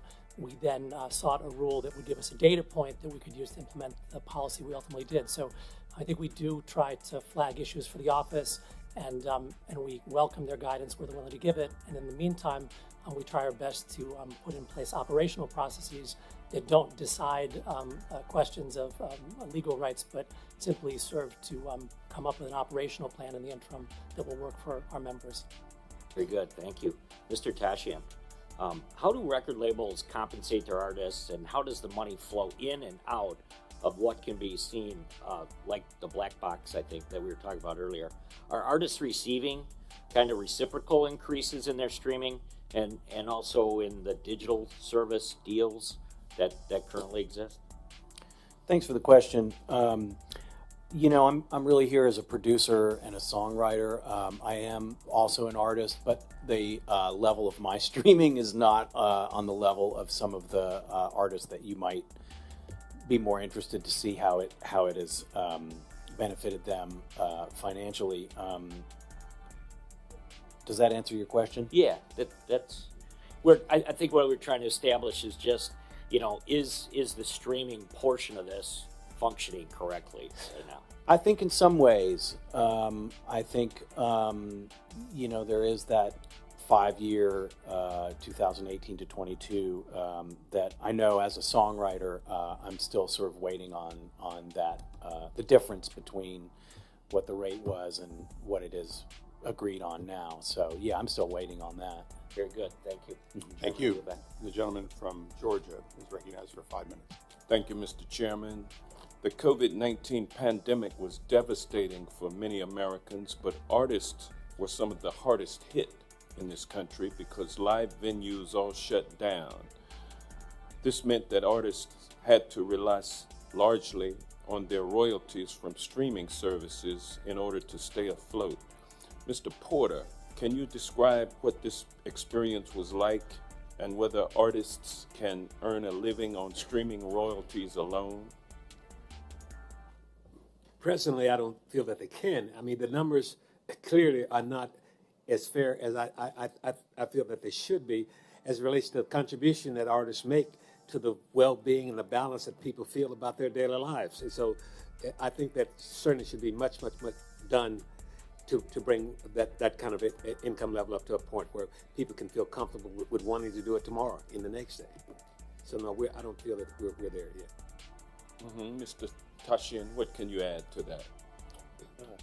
Yeah, I think it's a good thing to be, a producer and a songwriter, because the combined income of both of those things makes it possible for me to have a family. And I think it's, to be just only a songwriter, you would have to be in the top, 5 or 10%, wouldn't you say, to really make a living? So yeah.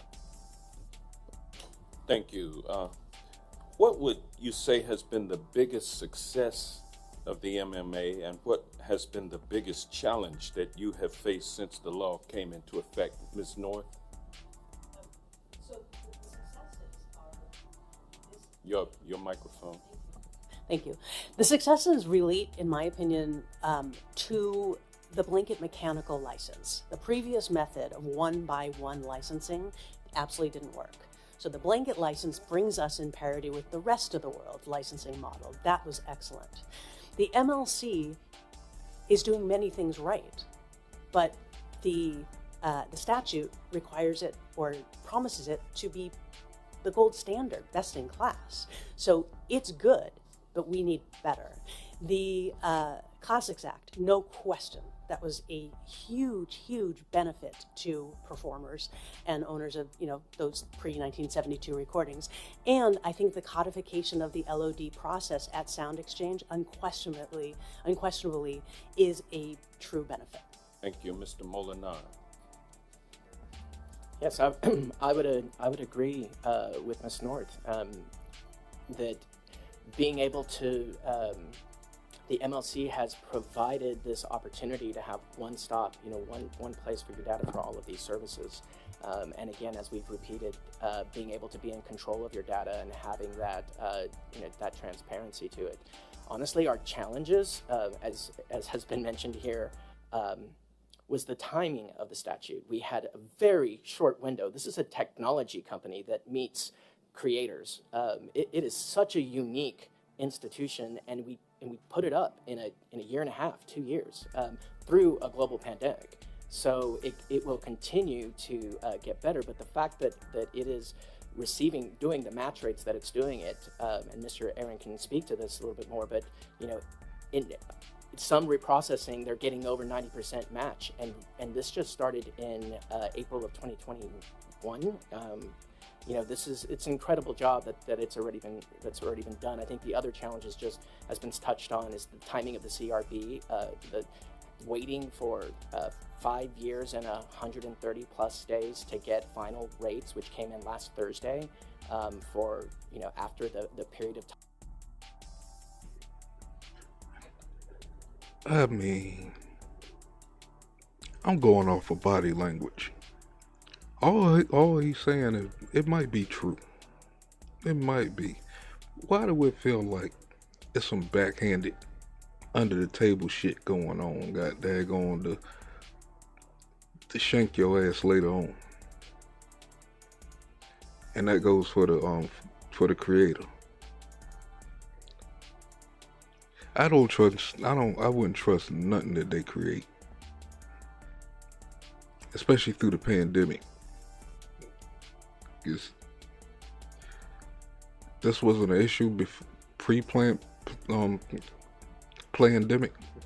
You know, I mean, why through the pandemic, all of a sudden you can create this kind of business in a year and a half, 2 years? I'm just asking. I'm just that kind of curious kind of guy. But let's continue on and listen. Time that I should have covered, and we can spend more time on that if you prefer. But that is incredibly frustrating and incredibly disruptive to my business. Okay, thank you, Mr. Levin. Thank you for the question, and let me just note for 1 second on the streaming compensation question, if I might, that the services pay roughly 70% of their revenue out to their rights holder partners across labels and publishers, and those entities that then pay songwriters and recording artists. And we are very proud to have been part of the settlement reaching the highest rates ever for mechanical rates going forward for this period and the next and moving forward. And so the conversations around streaming economics are important to have on a holistic level. From the MMA perspective, I think from the services, I would join with Mr. Molinar's comments about the database and the benefits of the database. But from the services perspective, it's really that legal certainty of being able to know that you have that blanket license. The prior system simply didn't work. Okay, challenges. And on the challenges front, I really do think to steal a line from Mr. Tashin's testimony, I think it's navigating that line for the MLC between administering the license and setting policy and rules. One is what the MMA intended, and the other actually goes beyond what they're supposed to do. All right, thank you, Mr. Aaron, if I might, Mr. Chairman. This is definitely one of those hearings that you might need to listen to twice, maybe 3 times, to get a complete understanding of what they're saying. Because I'm not sure what direction it was coming from the start. That's why I'm saying that. But it's definitely something that must be reviewed again. Thank you for the question. Like the other panelists, I think the fact that we've been able to set up the MLC, begin operations, and to do that without missing deadlines consistently month after month is a huge accomplishment, and it's a huge shared accomplishment. Hundreds, thousands of people have been a part of that. On the challenges side, there are many. You've heard already from other witnesses here today. There are lots of areas where we can continue to do more to improve the system. We as an organization are committed to improving. That's why we talk so regularly with so many stakeholders. We want to understand what works and what doesn't so that we can continue to make the organization better and to make it function more effectively for the benefit of those members. Thank you. Are you back? Thank you, gentlemen. We go to the gentleman from Virginia, Mr. Klein. Thank you, Mr. Chairman. I'm going to follow up on this last line of questioning. Mr. Aaron, we were talking about the database error rates. Can you say with certainty over the last couple of years since you've started that the error rates have gone down, or are they consistently in the 11% range that Ms. North was talking about, and what steps are you taking to address those? Thank you for the question. Our ability to match data, we are matching at a higher rate, higher percentage than ever before. There are errors in the data that we receive, and there are sometimes errors in the matches we make, and we monitor that actively. We give our members tools that allow them to see where those may exist, and then we do our best to fix them quickly. We manage a massive amount of data, 31 million works and data from well over 100 million sound recordings, and many, many more millions of products derived from those sound recordings. So it is a massive undertaking, and we do monitor it to try to make it better.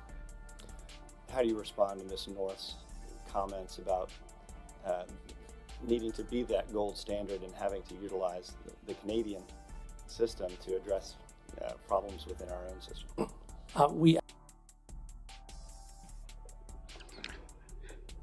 And you know I was not going to let this Peyton Manning looking motherfucker pass, but that is a ugly ass jacket.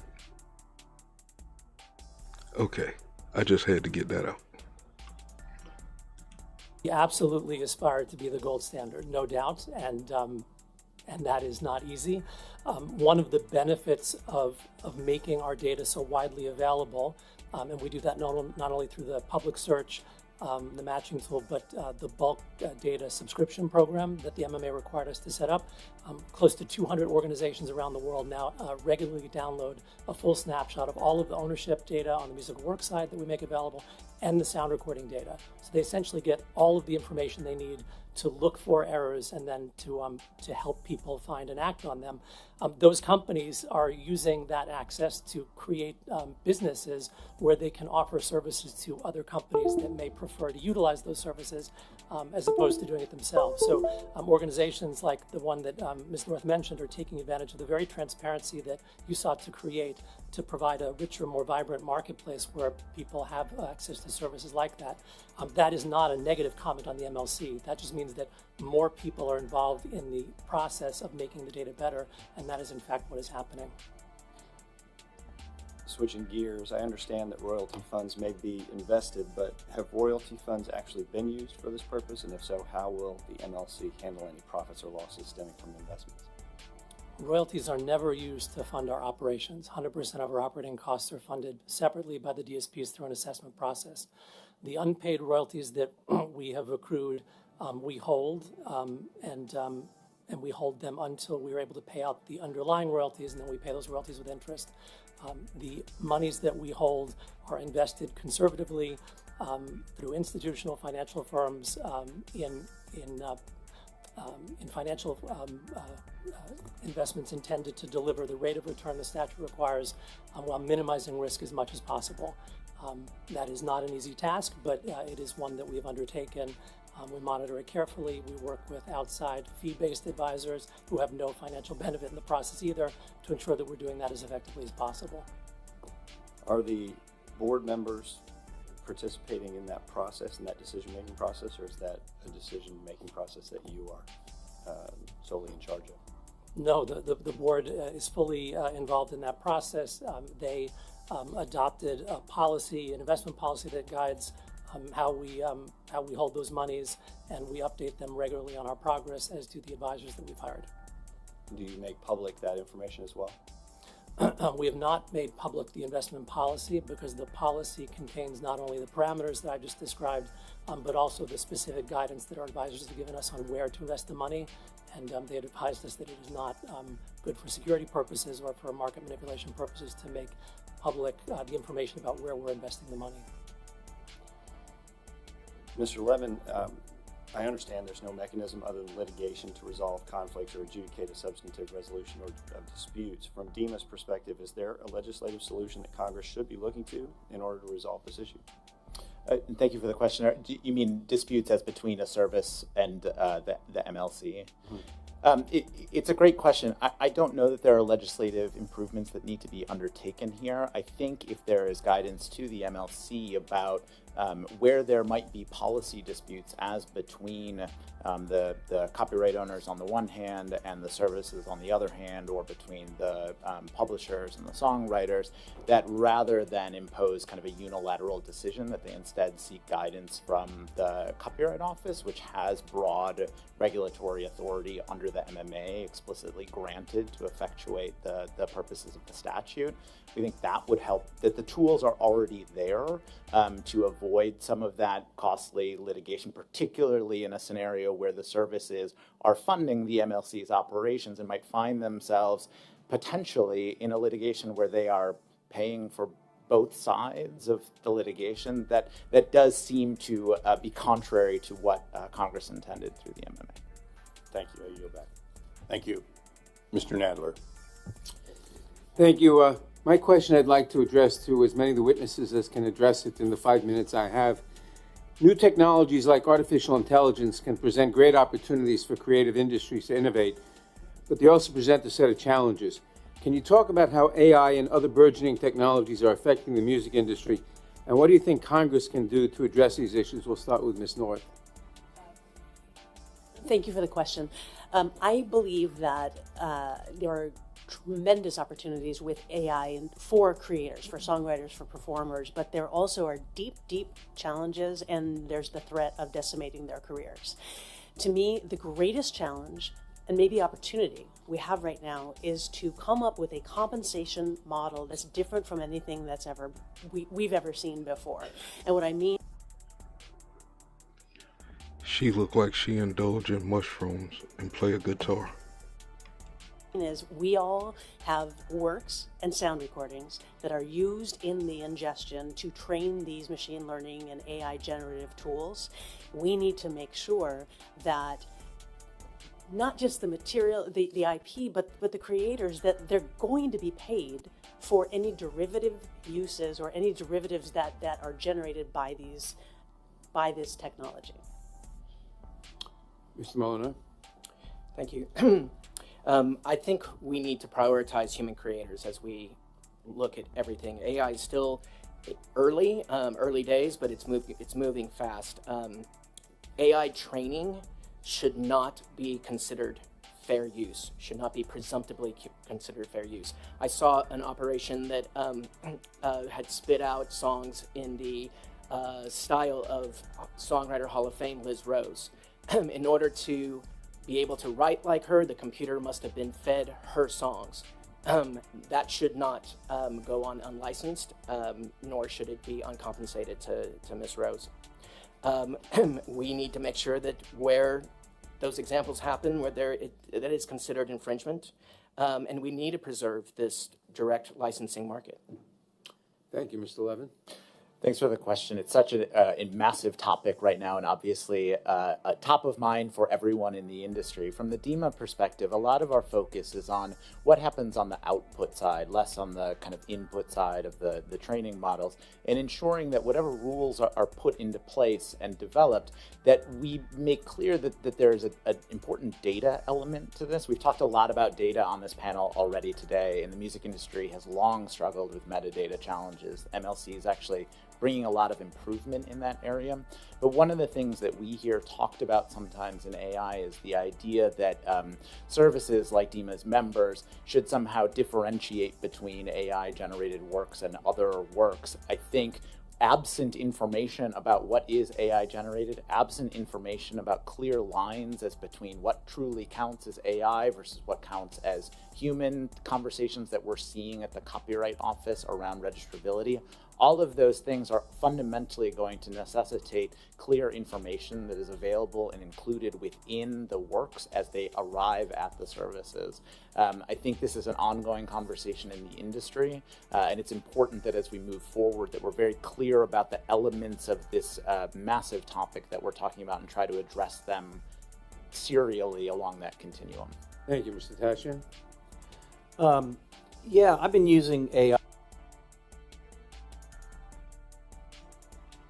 For some reason, it seemed like I understand him a little bit more than everybody else. I'm not sure if it's how he's talking. Yeah.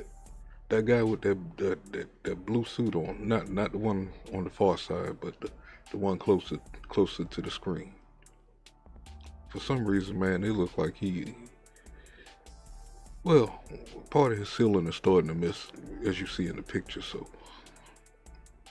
I would watch him, man. He seemed kind of shifty. AI for a long time. I mean, Cher's, do you believe in life after was a first sort of AI hit, because it asked the computer to specify what pitch she was on, which it did. It said, well, I think it should be, on this, which is an algorithm that's built into the Antares software. So AI's been, assisting musicians for decades, and now we're sort of kind of wringing our hands a little bit and saying, what do we do about it? But without taking too much time, I've yet to sort of experience an artwork created by a computer that gives me goosebumps. I mean, yeah, they using these damn robots and shit, man. And it seems like that's what they really feeding to us. It's like this ain't the same music we was getting 25 years ago. Like on my community wall, I posted this dude named Dax. You know what I'm saying? This dude had a hit song. He pulled nothing in but real singers. Independents. These people are blowing hard as hell. You don't hear this in the industry no more. It's like everybody almost sound the same, from R&B to to hip hop. So is it AI robots doing this shit? Why am I buffering again? Let's hurry up and get through this before this thing start cutting up.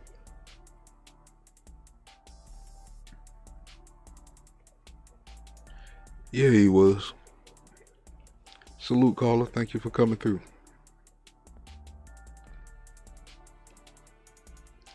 But this dude got a dry royal blue damn coat on with a pink shirt. I don't know about this guy. I'm just saying. So it gives me chills because it's so beautiful. So until that happens, I'm just going to keep my head down and keep doing my best organic music and using computers when they can help. Thank you, Mr. Porter. I can only speak for creatives whose main emphasis is to try to do what they feel is a positive impact on the public at large about emotions that they don't know how to express through music, but these people do. And creatives don't want to have to try to figure out what the mechanics are that would be correct for the fairness that they should receive in doing what they do. They rely on others. That's why the relationships that they have with companies, people who say they're the business side of what they do. I think that the fact that if we cannot safeguard the fact that this process can compromise the future generations, their creative motivations to feel that it can be appreciated, respected, and done in a way that won't be compromised by someone else's interpretation or what they feel it should have been, then it can become extremely, in my opinion, risky to the value of what this whole process of AI can be, because you want to have the next generation motivated to want to take a path to do this. And if you have a method that compromises the real legitimacy of that based on what that creative feels, then you're doing something that's counter to what you may perceive as the good that it does. And Thank you. My time's expired, but I asked the chair if he'd allow Mr. Aaron to answer the question. Absolutely. Thank you, Mr. Nadler. I will say briefly, I agree with the other witnesses. It's imperative that that we ensure that whatever technological developments come down the pipe, that we are always protecting the rights of the human creators that from which all these works originate. And certainly from our perspective, we see a growing correlation between the use of technologies and fraudulent activities. So I think it's important that Congress be monitoring that and to make sure that we have clear and stiff penalties in place for people who choose to use technology for fraudulent or other inappropriate purposes rather than to elevate creative works. Thank you, Mr. Chairman. I yield back. Thank you. And because of all the good work done so far, as long as I don't blow it, we'll have a second lightning round. I want to announce for everyone to get your questions ready. This has been a good process so far, but I think Ms. North pointed out a number of deep concerns, and I want to cover a couple of them because I think, in baseball, if you hit a 700, they don't even have a place in the Hall of Fame for somebody who's doing that well. And 900, amazing. But if you're part of that hundreds of millions of dollars stranded, or you're finding yourself frustrated because you know you're entitled to money and not getting it, then the batting average doesn't matter. But I want to start with one point, Mr. Ahern. You're a neutral arbitrator. You're designed to be not in anyone's pocket, but in fact to fairly match up the places where the dollars should go and getting them there. And so I have one question, which is, you're currently using the same outside counsel as the NMPA. Do you think that, at least from a visual standpoint, that was a good choice? And do you think that the appearance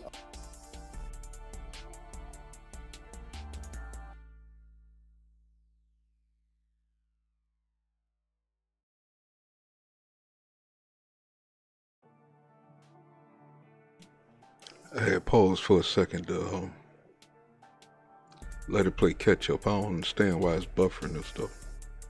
I think the music is blended in pretty perfect. I wonder if they're gonna start trying to pull this crap on the media too, like with this kind of stuff. Salute 6ix9ine. Thank you for coming back.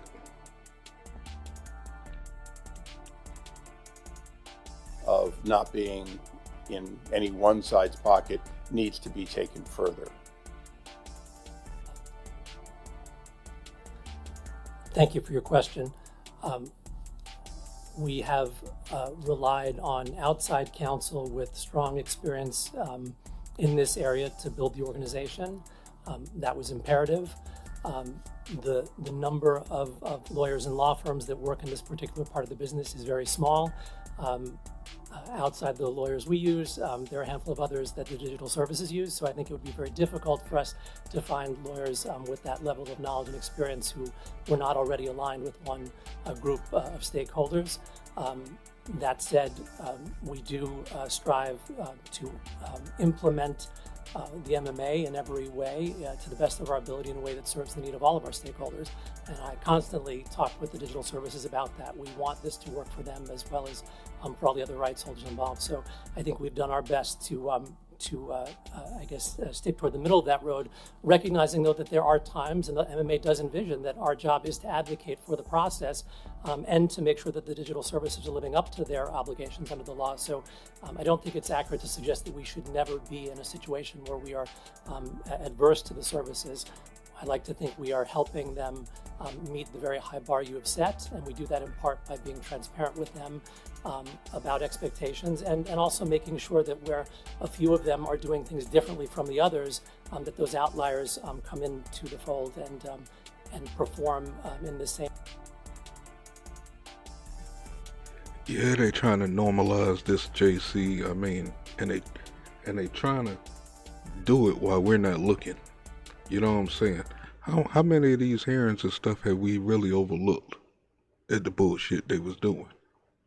That's why I choose just to start bringing this stuff out. You know what I'm saying? The people that's interested, the ones who's going to really stick around to find out what are they really talking about in these capitals and Congress buildings and stuff like that. You know what I'm saying? Yeah, they really doing some bullshit. These robots this AI is going to be way smarter than us. They're going to know how to eliminate us too. Especially if we give them control over the food.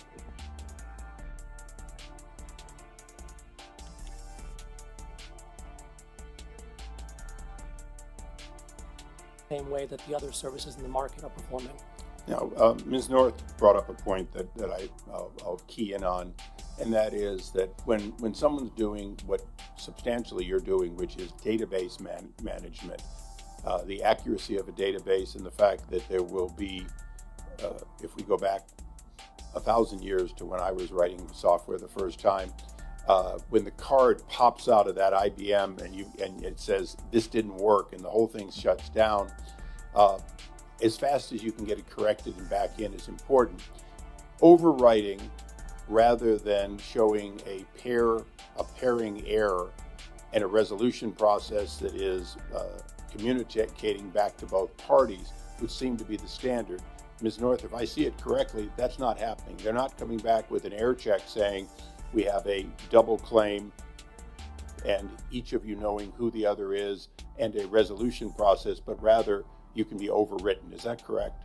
So I think there's two parts. One is that currently that process is entirely human, meaning there are emails. There's an email chain.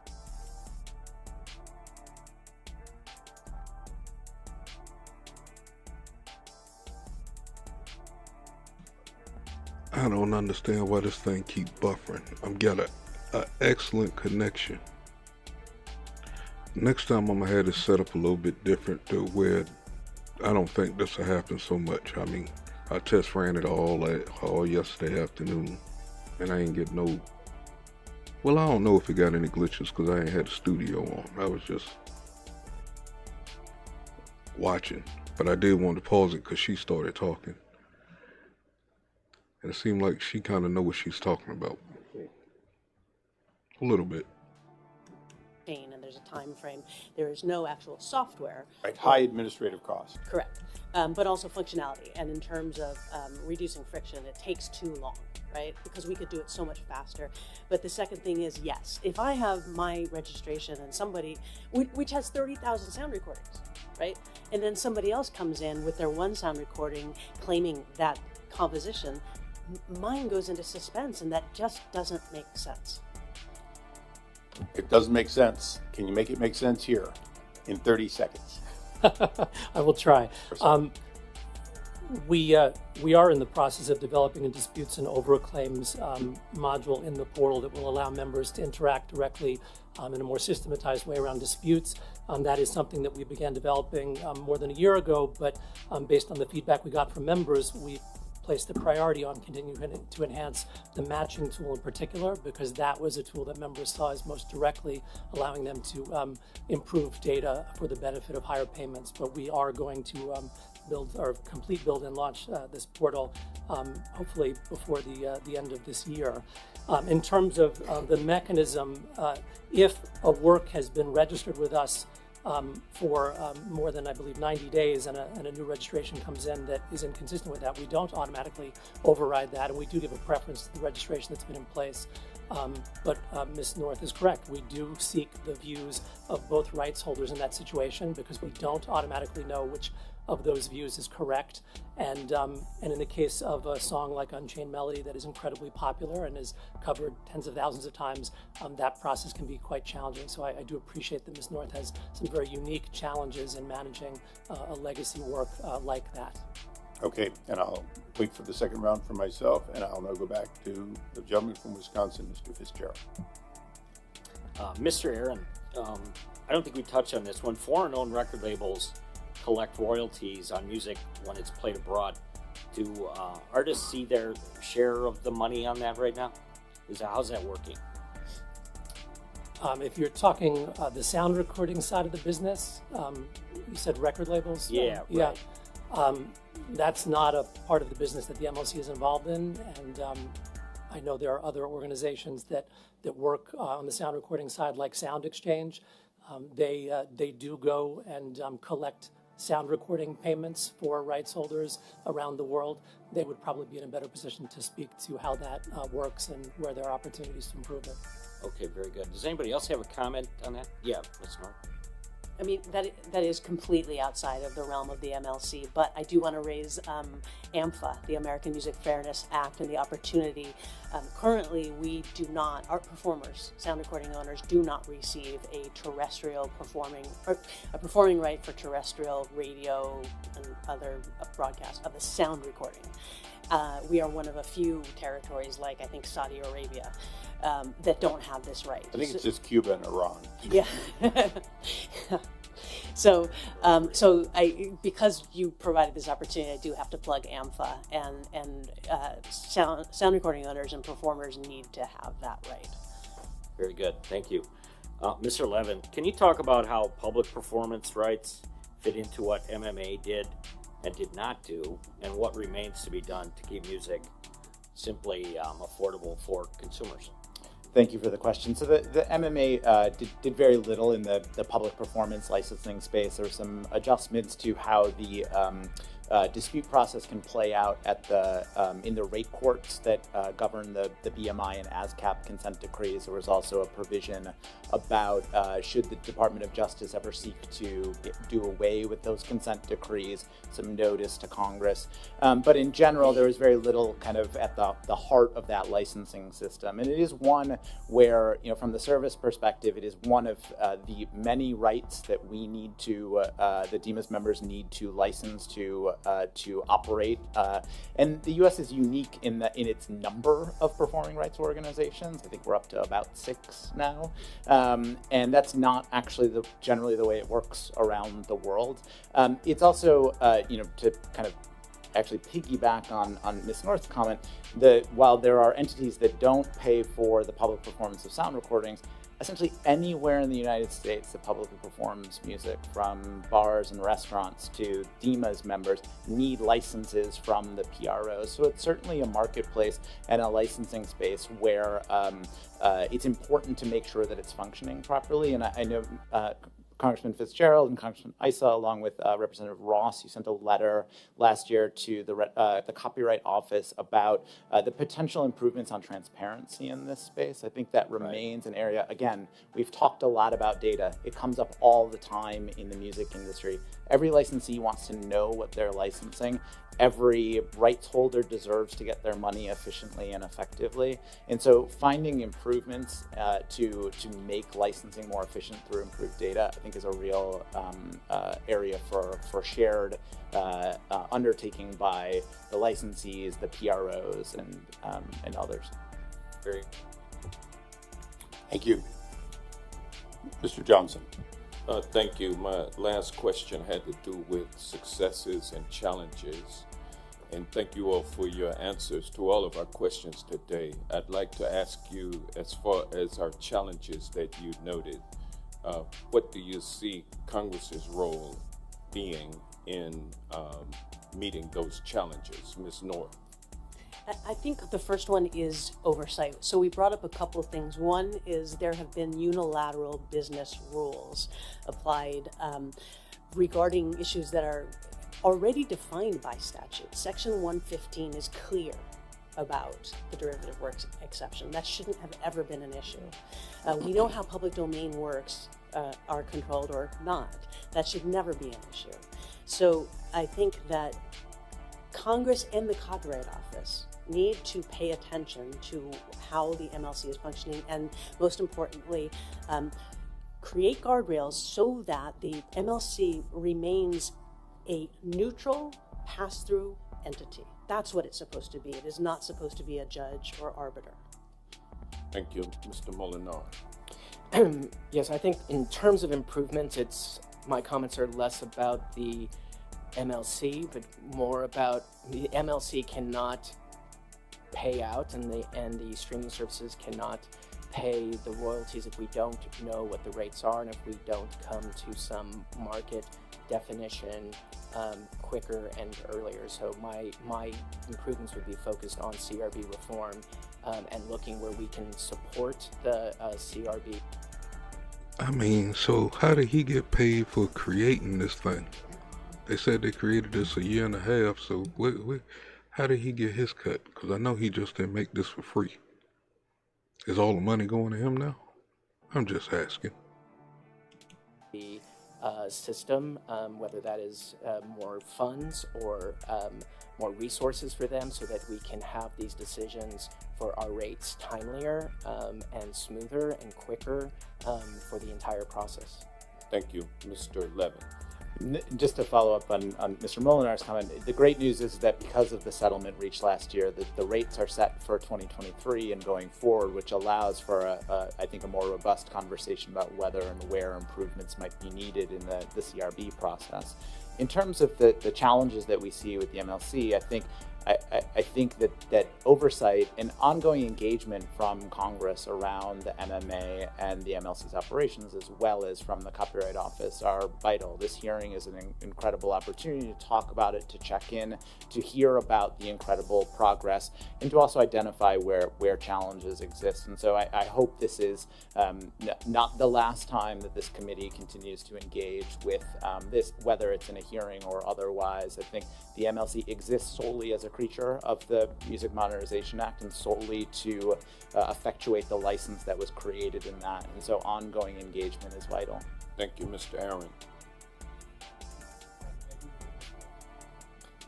Thank you. I agree with Mr. Levin. I think the ongoing engagement is imperative. We have sought that out whenever we can. As a number of you know, we were up on the Hill earlier this spring providing updates to staffers. We did a virtual update at the end of last year. Right before COVID, I came up at the very beginning of the process. So we welcome the engagement with Congress. We seek it out, and we enjoy regular conversations with the Copyright Office. And as I said in my remarks, we speak regularly with a number of groups in the industry that represent a large number of stakeholders, so that we are constantly receiving as much feedback as we can. And then we take that back and we undertake the immense challenge of trying to reconcile all of that feedback from all of the people that have an interest in what we do and try to come up with policies and practices that meet the needs of as many of those stakeholders as possible. Thank you. Thank you. Mr. Porter and Mr. Tashi. Well, I don't have a comments. I think challenges have already been addressed, but I applaud this committee and what you're doing. because for the future generations who have aspirations to do music, their whole thrust is doing what they feel is a contribution coming from their heart that hopefully will have an impact with people who listen to it. They don't go into analyticals of what the business processes will be and all those kinds of things, but they have hopes the future generation would be that there will be committees such as this and others who would have sensibilities to wanting to be sure that they're treated fairly with their gifts in a world that recognize their value and would adhere to that. Thank you. Echoing what a lot of people have said, but it's just great to work together, and I hope that you all will take your passion for music. You mentioned Mr. Isa, Mike Love, and your enjoyment of the music of the Beach Boys. I'm sure everybody has their own version of that, and just I'm good with Tim McGraw too. Tim McGraw, yeah. Just I hope you'll think about your favorite artists and writers and songwriters, and then stay engaged with the community and listen and hear people out, and I think it's a good thing to just kind of stay connected to that. Thank you. Thank you, and kudos to Chairman Isa for bringing the hearing on the road to Nashville. Thank you. Mr. Klein. I echo those comments. Thank you, Mr. Chairman. Ms. North, I want to go back to the statement you made how we want the MLC to be a neutral pass-through entity and not an arbiter. The MMA mandates that the MLC Board of Directors consist of 10 publisher representatives and 4 songwriters. Can you comment on whether you think the MLC is able to achieve that neutrality with its current makeup and the interests of songwriters are balanced against those of publishers when they disagree? Well, I think the interests of songwriters are not balanced, just simply by makeup of that board. It should be more equal. It should be an equal number of songwriters to that number of publishers. But more importantly, the major publishers, they have voluntary direct licenses with the services. So they don't even use the MLC in the same way that an independent music publisher does, who does not have the opportunity to enter into voluntary licenses. So to me, we need fewer majors and more indies. And included in the indies are self-administered songwriters. I think we don't have enough. Thank you, Mr. Aaron. Do you want to comment on how the MLC balances the interests of stakeholders and given the imbalance in its membership? Yes, thank you. I think as Ms. North just noted, independent publishers represent a unique set of stakeholders who often have interests that are very different from the largest publishers.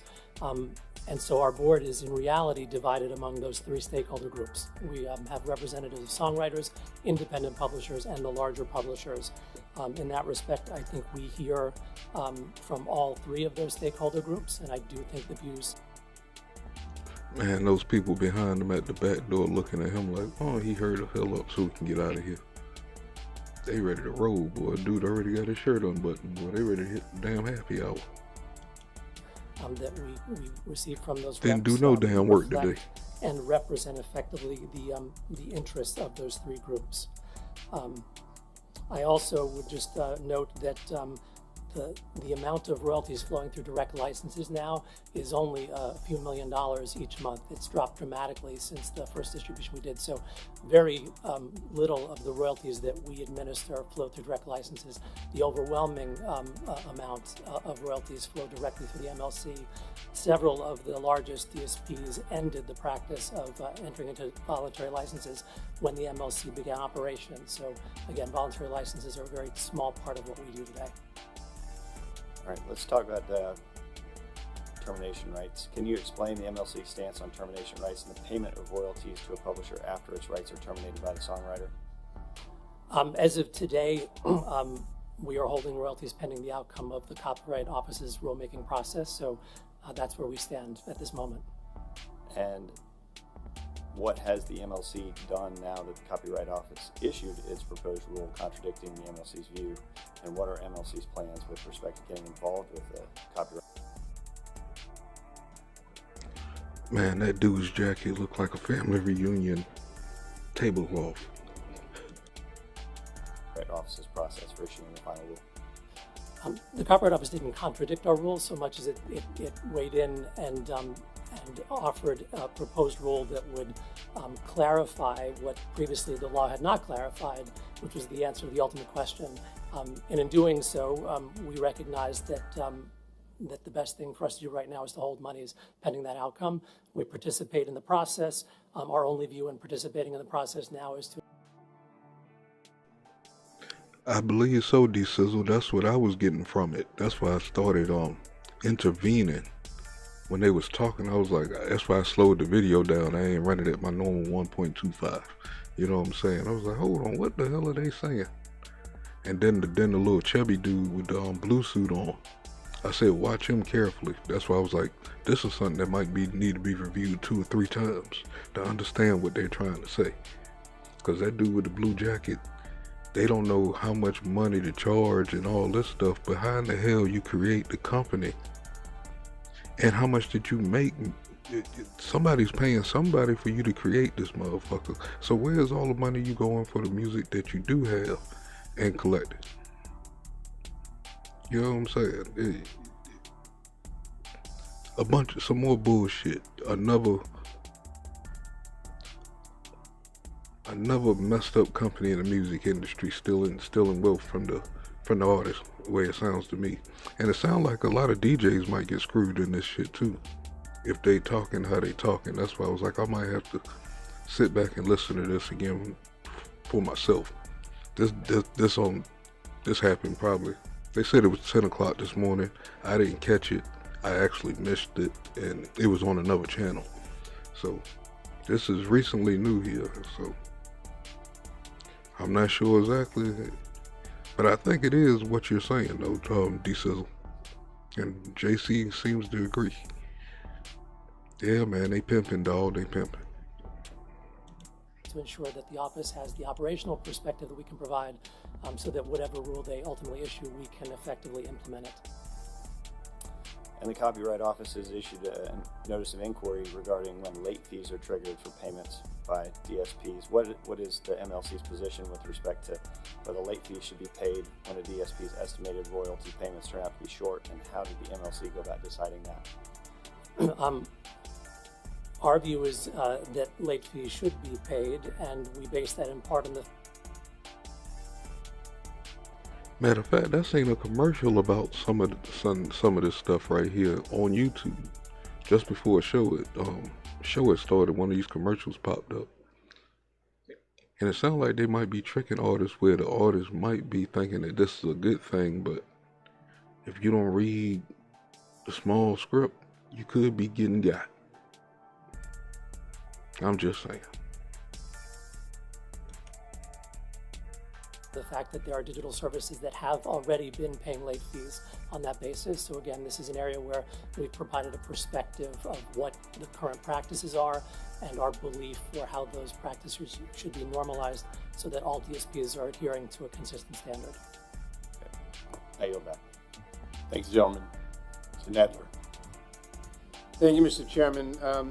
Mr. Tashian and Mr. Porter, one of the changes contained in the MMA was to require the Copyright Royalty Board to use a willing buyer, willing seller standard in determining royalty rates for songwriters. Can you explain what it means to you to be recognized for the value of your music and why it's important to artists that they are paid on a free market basis?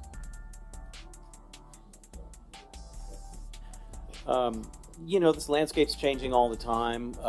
It's very hard to, I listened in on the call a little bit yesterday, Mr. Isa, you were talking about how hard it is to determine the value and for stakeholders to make those decisions. So I think it's something that we just have to stay on top of, but was the question about how do you do that, or what was the question about? How do you do that? No, the question was... sort of the balance of money of willing buyer, willing seller. Is it making a difference to you? Yeah. Well, I have not sold my catalog as of yet. It's something that I hope to do, but I know a lot of people who have, and so at that point I'll let you know. Mr. Porter? Well, I feel that, well, to be honest, I have sold my cattle. But I think for the future generations, I'm 80 years old. So for me, I'm more concerned about what happens to the next set of creatives who have a passion to be in this business called music and to do it from their heart and to be sure that what they're giving, what they're going to be given in the future will be comparable to what the lifestyle should be for those times. And I just feel like it's an ongoing process. For me, I always feel that the writers and artists have never gotten the kind of fair royalties that they should have gotten from the beginning, and it's always a positive change that's happening. And what this committee is doing and what you're doing is so vitally needed for people to be motivated to want to continue to do this. I applaud you for doing that, and I think it's an ongoing process for the next generations to see examples as this, such as sensitivities to what they're doing, being compensated in a fair and equitable way. Thank you, Mr. Porter.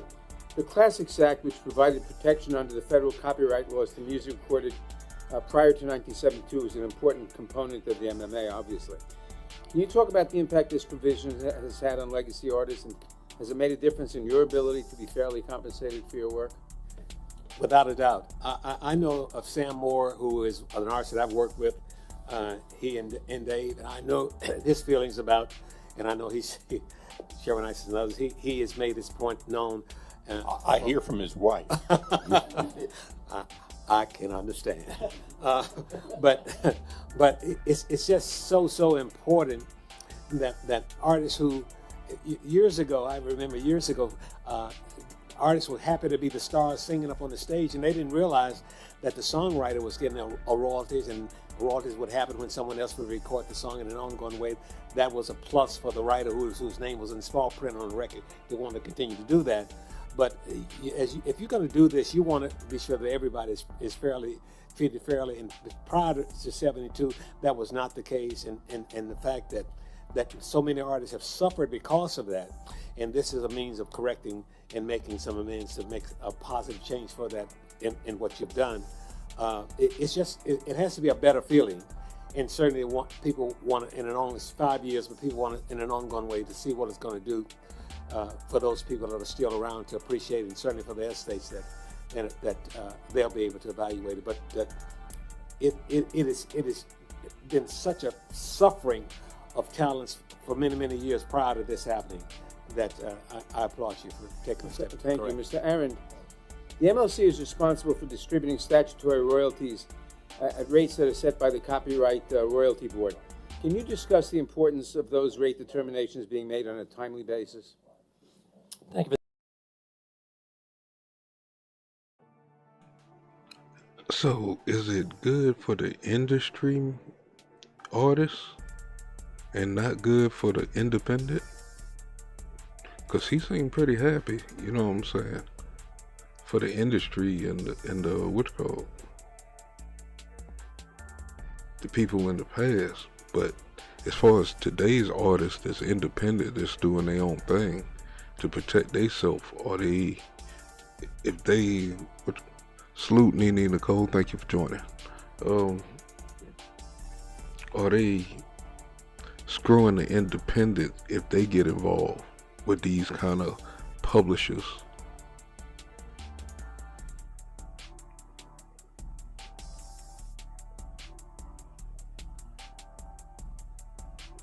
Man, why ain't you drop kick that sucker in the back of the head, man? Yeah, there you go.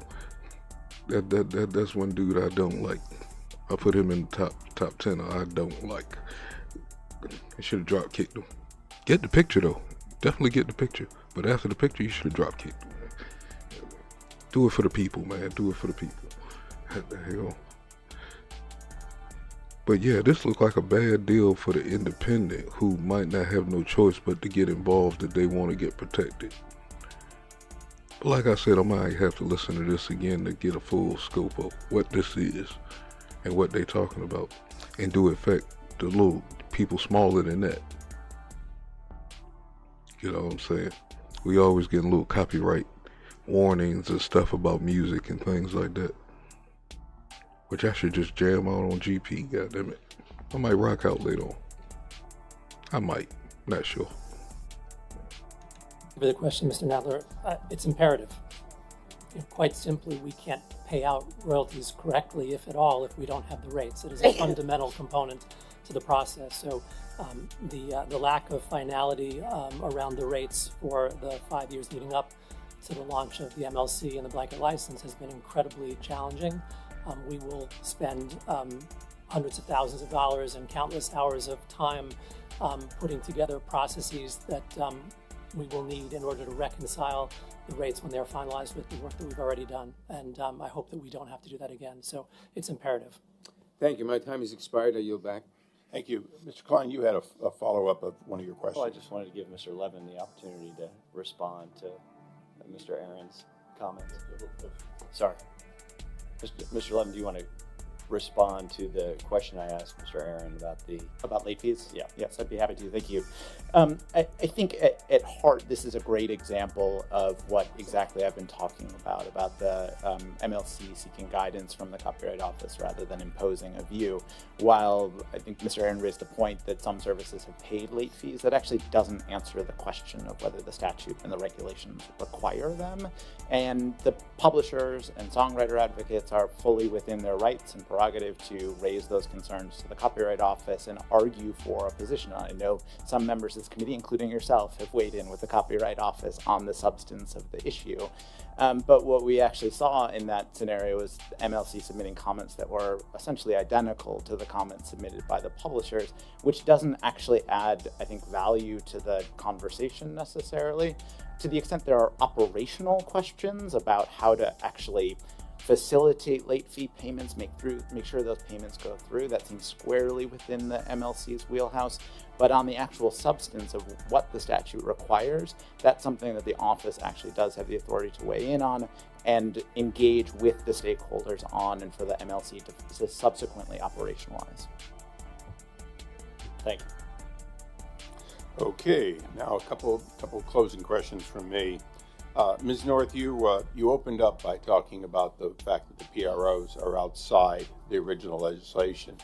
In your opinion, and we'll go through others, do you believe that that is action that Congress should take to bring them underneath this act, and now that it's up and running, for a benefit, either compulsory or an opt-in?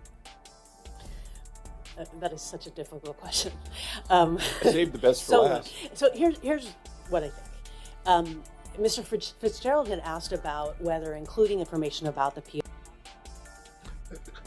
Before the mushroom flower lady started talking to all my people in the chat, which called all the true sippers, because I think that's all that's in the room at the moment, man. I don't know where my crew is at, boy. We ain't never got no beef up in this damn chat. Goddamn, where the hell my crew? But which called everybody, true sippers and stuff. It is D Sizzle's birthday. That's my best friend. Got daggone. Y'all send him a shout out. Got daggone. We can't turn them up like how we turn up and shit. You know what I'm saying? Got daggone. I ain't set up for that. Got daggone. But if I was set up for it, boy, we would rock out the fucking night. But yeah, D Sizzle's birthday. Everybody, you know what I'm saying? My man, a shout out. PRO would be helpful, or which should be data that the MLC includes. Personally, I think yes, because knowing the PRO of the songwriter and or publisher helps us disambiguate data. It might tell me that one song called, I don't know, Just the Way You Are is this song and not this set of parties. However, the PROs function pretty well, and I don't think they need additional regulation, and I'd like to keep them out of it. Okay. Mr. And one of the administrative items you're holding currently, how much in holdback money for unmatched? Rough number? I'll be specific. We have $321 million in pending blanket royalties, $403 million in historical unmatched royalties. Okay. Do you currently believe that you have the authority to make a partial distribution holding back sufficient funds to assure that anticipated future matches would still be paid fully with, in other words, rather than being forsaken, which Ms. North brought up, that the moment you issue that money, it's no longer available to a future matchup, and Mr. Porter and others that may come up, do you believe you can currently split the baby, if you will, do a disbursement which is to the benefit of rights holders who have come forward, and hold back a sufficient amount for anticipated future, or is that outside your purview? I think it's an interesting question. I think as a practical matter, were we to do that, it would delay significantly our ability to process and pay the back half of that, because we would have to build a separate, similarly complex reconciliation process in order to then calculate the difference between what we'd initially paid out and what we would finally owe for the historical monies. And that would work differently in many respects from the blanket reconciliation we'll have to do for 2021 and 22. So in looking at that...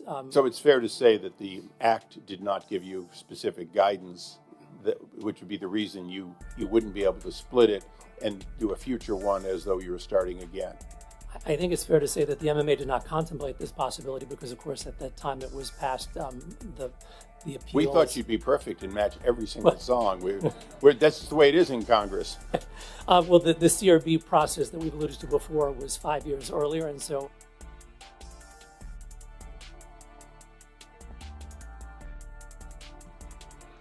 Oh, word.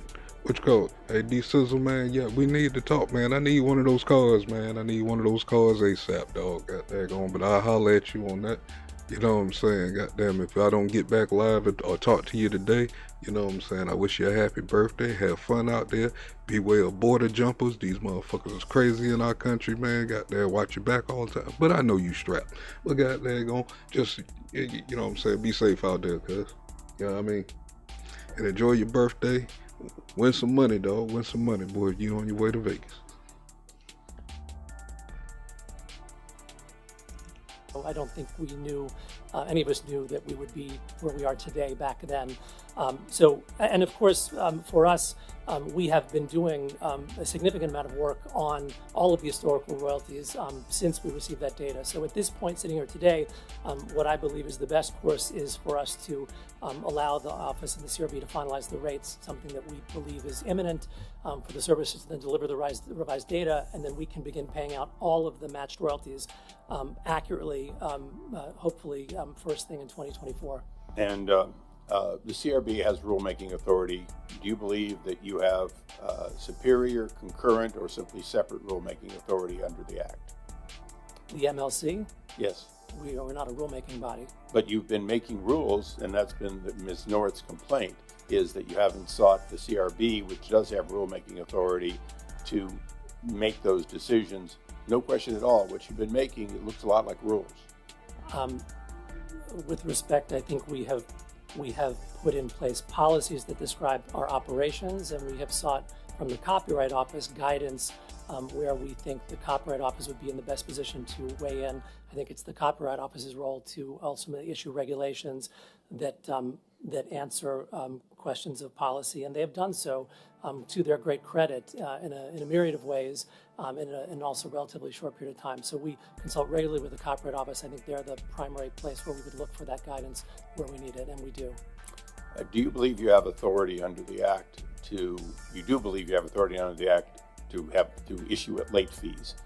Do you believe that you have the authority to issue, or should you have the authority to issue late fees that would be sufficient to be used in excess of the fair reimbursement to the person who didn't receive the royalty in a timely fashion, to also allow for general operations or other uses by your organization? No, the late fees that we collect are passed on to members entirely. We don't use those for operating costs, and they are set by the regulations or the statute. The second half of the question was, do you think you should? In other words, the business of late fees is not just statutory interest. Mm-hmm. It's intended to be at least partially, in a fair way, partially punitive, sufficient that it causes people to be dissuaded from using you as a bank. Yeah.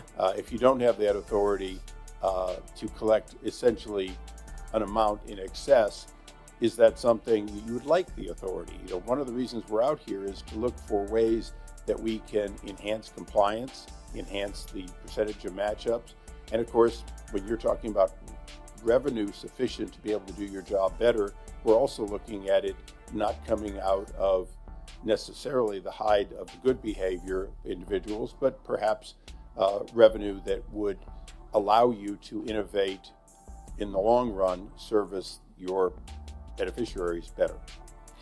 I certainly think that that's a question that merits more conversation. We do see evidence that there are at least a few DSPs who consistently deliver their usage and royalty payments late, and they appear to be pushing the bounds that the I want to see a little anger. I want to see you go, no, you're right. I really want to stop the bad actors, and I've heard about them, because the good actors, they're paying, and quite frankly, it adds to your overhead, doesn't it? And it adds to the frustration of the people who want to run their businesses and can't because the revenue isn't coming in.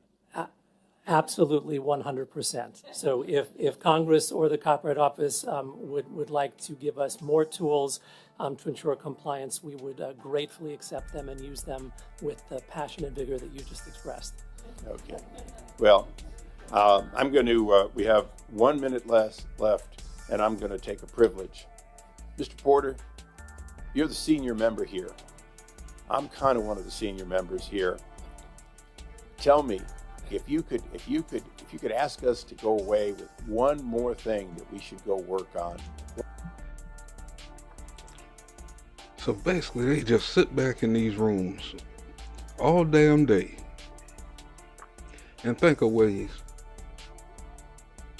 creative ways, to take folks' money. So that means any of us could have created this publishing company and did the same thing. Anytime I see a Chinese person in the room, I get iffy at this moment in time. It's like, what do you got to do with this? Y'all hands is in everything else. What else y'all? What else you do? But I'm just saying.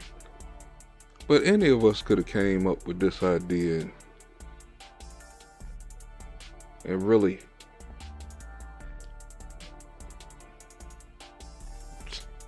guess steal money. I mean, are these artists going to get, what's the percentage the artist is going to get once they start collecting these royalties? Because if they collecting them, I'm pretty sure that there's a fee that they collecting. I mean, just for collecting it. Do they feel like they getting robbed because all this streaming and stuff like this? That's the reason why? So many questions is coming off this, man. So many questions. What would it be? It would be to continue with the spirit that you're expressing right now. That is the spirit of wanting to do more and wanting to do it right and wanting to do it because it's the right thing to do.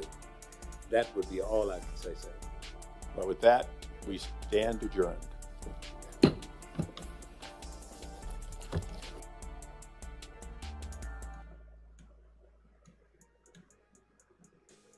And there y'all have it, ladies and gentlemen. That's another one complete.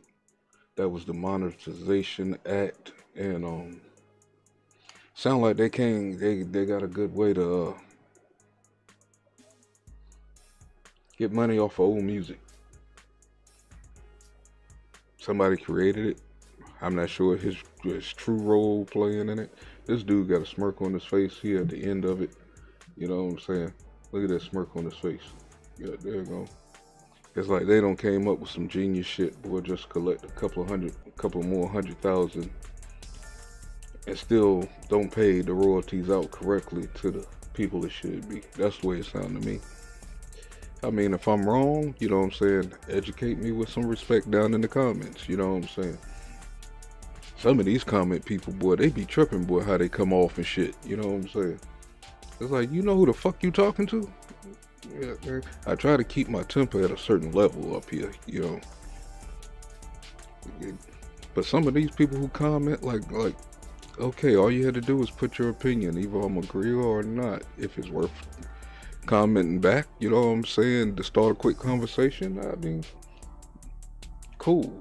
But some of these people got too much feeling up in their shit and they don't realize they fucking with a Never mind. But you know, this do look like another ingenious way to get royalties from old artists, old music that's being used. What does this mean for DJs? You know what I'm saying? Is the what's called independent artists, you know what I'm saying? How would this affect them if they get involved with these kind of contracts and stuff like that? You know what I'm saying? Where Money Boy at? Yeah, independent artist. There you go. Thought he was gonna be in the room for this one, but he probably in the cut or in and out, as y'all say, doing something he shouldn't be doing. There you go. Yeah, the questions.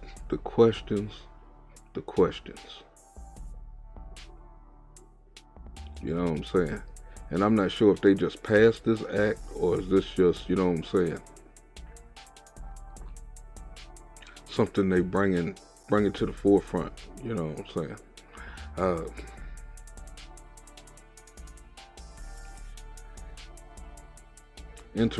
Interesting topic. Hopefully, you know what I'm saying, we can get more from this. I still got my eyes open, and I think I finally found the area where all the good fights be happening at on the Congress floor. Not like the ones I've been showing, which is more educational, but I actually want to see the education with the feelings and them going back and forth hard and shit. You know what I'm saying? The dorm report was about the closest. You know what I'm saying? That wasn't that much exciting. They threw a few shots, but it wasn't like how I'm usually see on my feed or whatever. And I'm trying to find these whole, especially these I think I'm looking for the one where they're talking about men and female sports. You know what I'm saying? They did a whole hearing on that, and I'm sitting there looking for the whole Senate meeting for that one and shit. That one right there looked like it was a good one, man. They tore homegirl up in that shit, boy. Like the stupidest shit they saying because of how they was taught to think at this point in life. You go back 10 years ago, these motherfuckers was not thinking like this. But that's getting off the subject of what we were just talking about. That's something else. I'm gonna see if I can find it, and I'm gonna try to fit it in. There's gonna be a lot of overnight, you know what I'm saying, a lot of overnight shows like this and stuff, so I can catch up off my list. You know what I'm saying? For those people that's up, you know what I'm saying, in the middle of the night, nothing to do, after everybody shuts down and stuff, you know what I'm saying? Usually the owl is up still going. Except for last night, god daggone boy. That damn, talking about Phil always put me to sleep for some reason, boy. That son of a bitch is born. Damn. But yeah, that's the end of another one. You like this video, make sure you hit the like button, you know what I'm saying, share this out, you know what I'm saying. This is a very important piece for people, you know what I'm saying, independent music, you know what I'm saying, artists and stuff like that. Share it around, make sure it gets its rounds, because when I'm seeing on the original video, it didn't even get over 30 likes on none of the channels that it was on. You know what I'm saying? A lot of us is not seeing this stuff by how they hide it, they take it out the algorithm, all kind of things that I'm seeing and stuff. So, you know what I'm saying, share this out, it might help somebody out. Matter of fact, share all this stuff out, you know what I'm saying. Hearing meetings and stuff, religious stuff, you know what I'm saying, that's on your taste, you know what I'm saying. That's for my people who likes to expand the mind, you know what I'm saying. Just ain't content with where they at, you know what I'm saying. They want more, you know. That's basically what all this is about, you know what I'm saying. Content that matters, you want more. I'm trying to bring more, you know what I'm saying. So with that being said, make sure you hit the like button, comment down on the bottom, let me know what you think about this, if you find any finds, because I'm not politically correct. A lot of the stuff I'm reviewing and learning as I go, you know what I'm saying. I'm not going to be the one that's, you know what I'm saying, going to try to push an opinion out there on you and stuff that I don't even know what the fuck this shit is and shit. We all listen to this at the same time. So some of the stuff I can, talk on, because I do know a little bit about it, but a lot of this stuff I usually stay kind of quiet and learn as I go, and then try to ask questions with y'all the stuff as the video go on. You know what I'm saying? So comment down on the bottom, let me know what you think about this Monetization Act. And you know what I'm saying, subscribe, hit the bell for more content like this. Make sure my code is set up right. You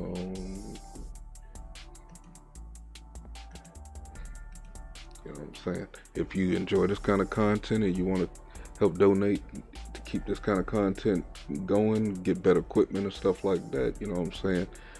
Donate to $, Real Mad TV. You know what I'm saying? With that being said, I'll catch y'all soon. Real soon. You know what I'm saying? I plan on being on fire a little bit this week, you know what I'm saying? So my numbers are growing. Shout out to all the new subs, you know what I'm saying? I'm thinking I'm on, like I had about probably 54 subs in the last 2 weeks or so. So, you know what I'm saying? That's a good thing compared to where I was at, you know what I'm saying? Just laying in the cuts, you know what I'm saying? Messing with folks in the chat. It's time to get out of that, man. It's time to start hitting the, time to flip the switch. Matter of fact, that might be a good opening, boy. I wonder if I edit that up and chop it up, boy, where they try to put this monetization act on me and shit. Yeah. But that being said, I will see y'all next time. Peace.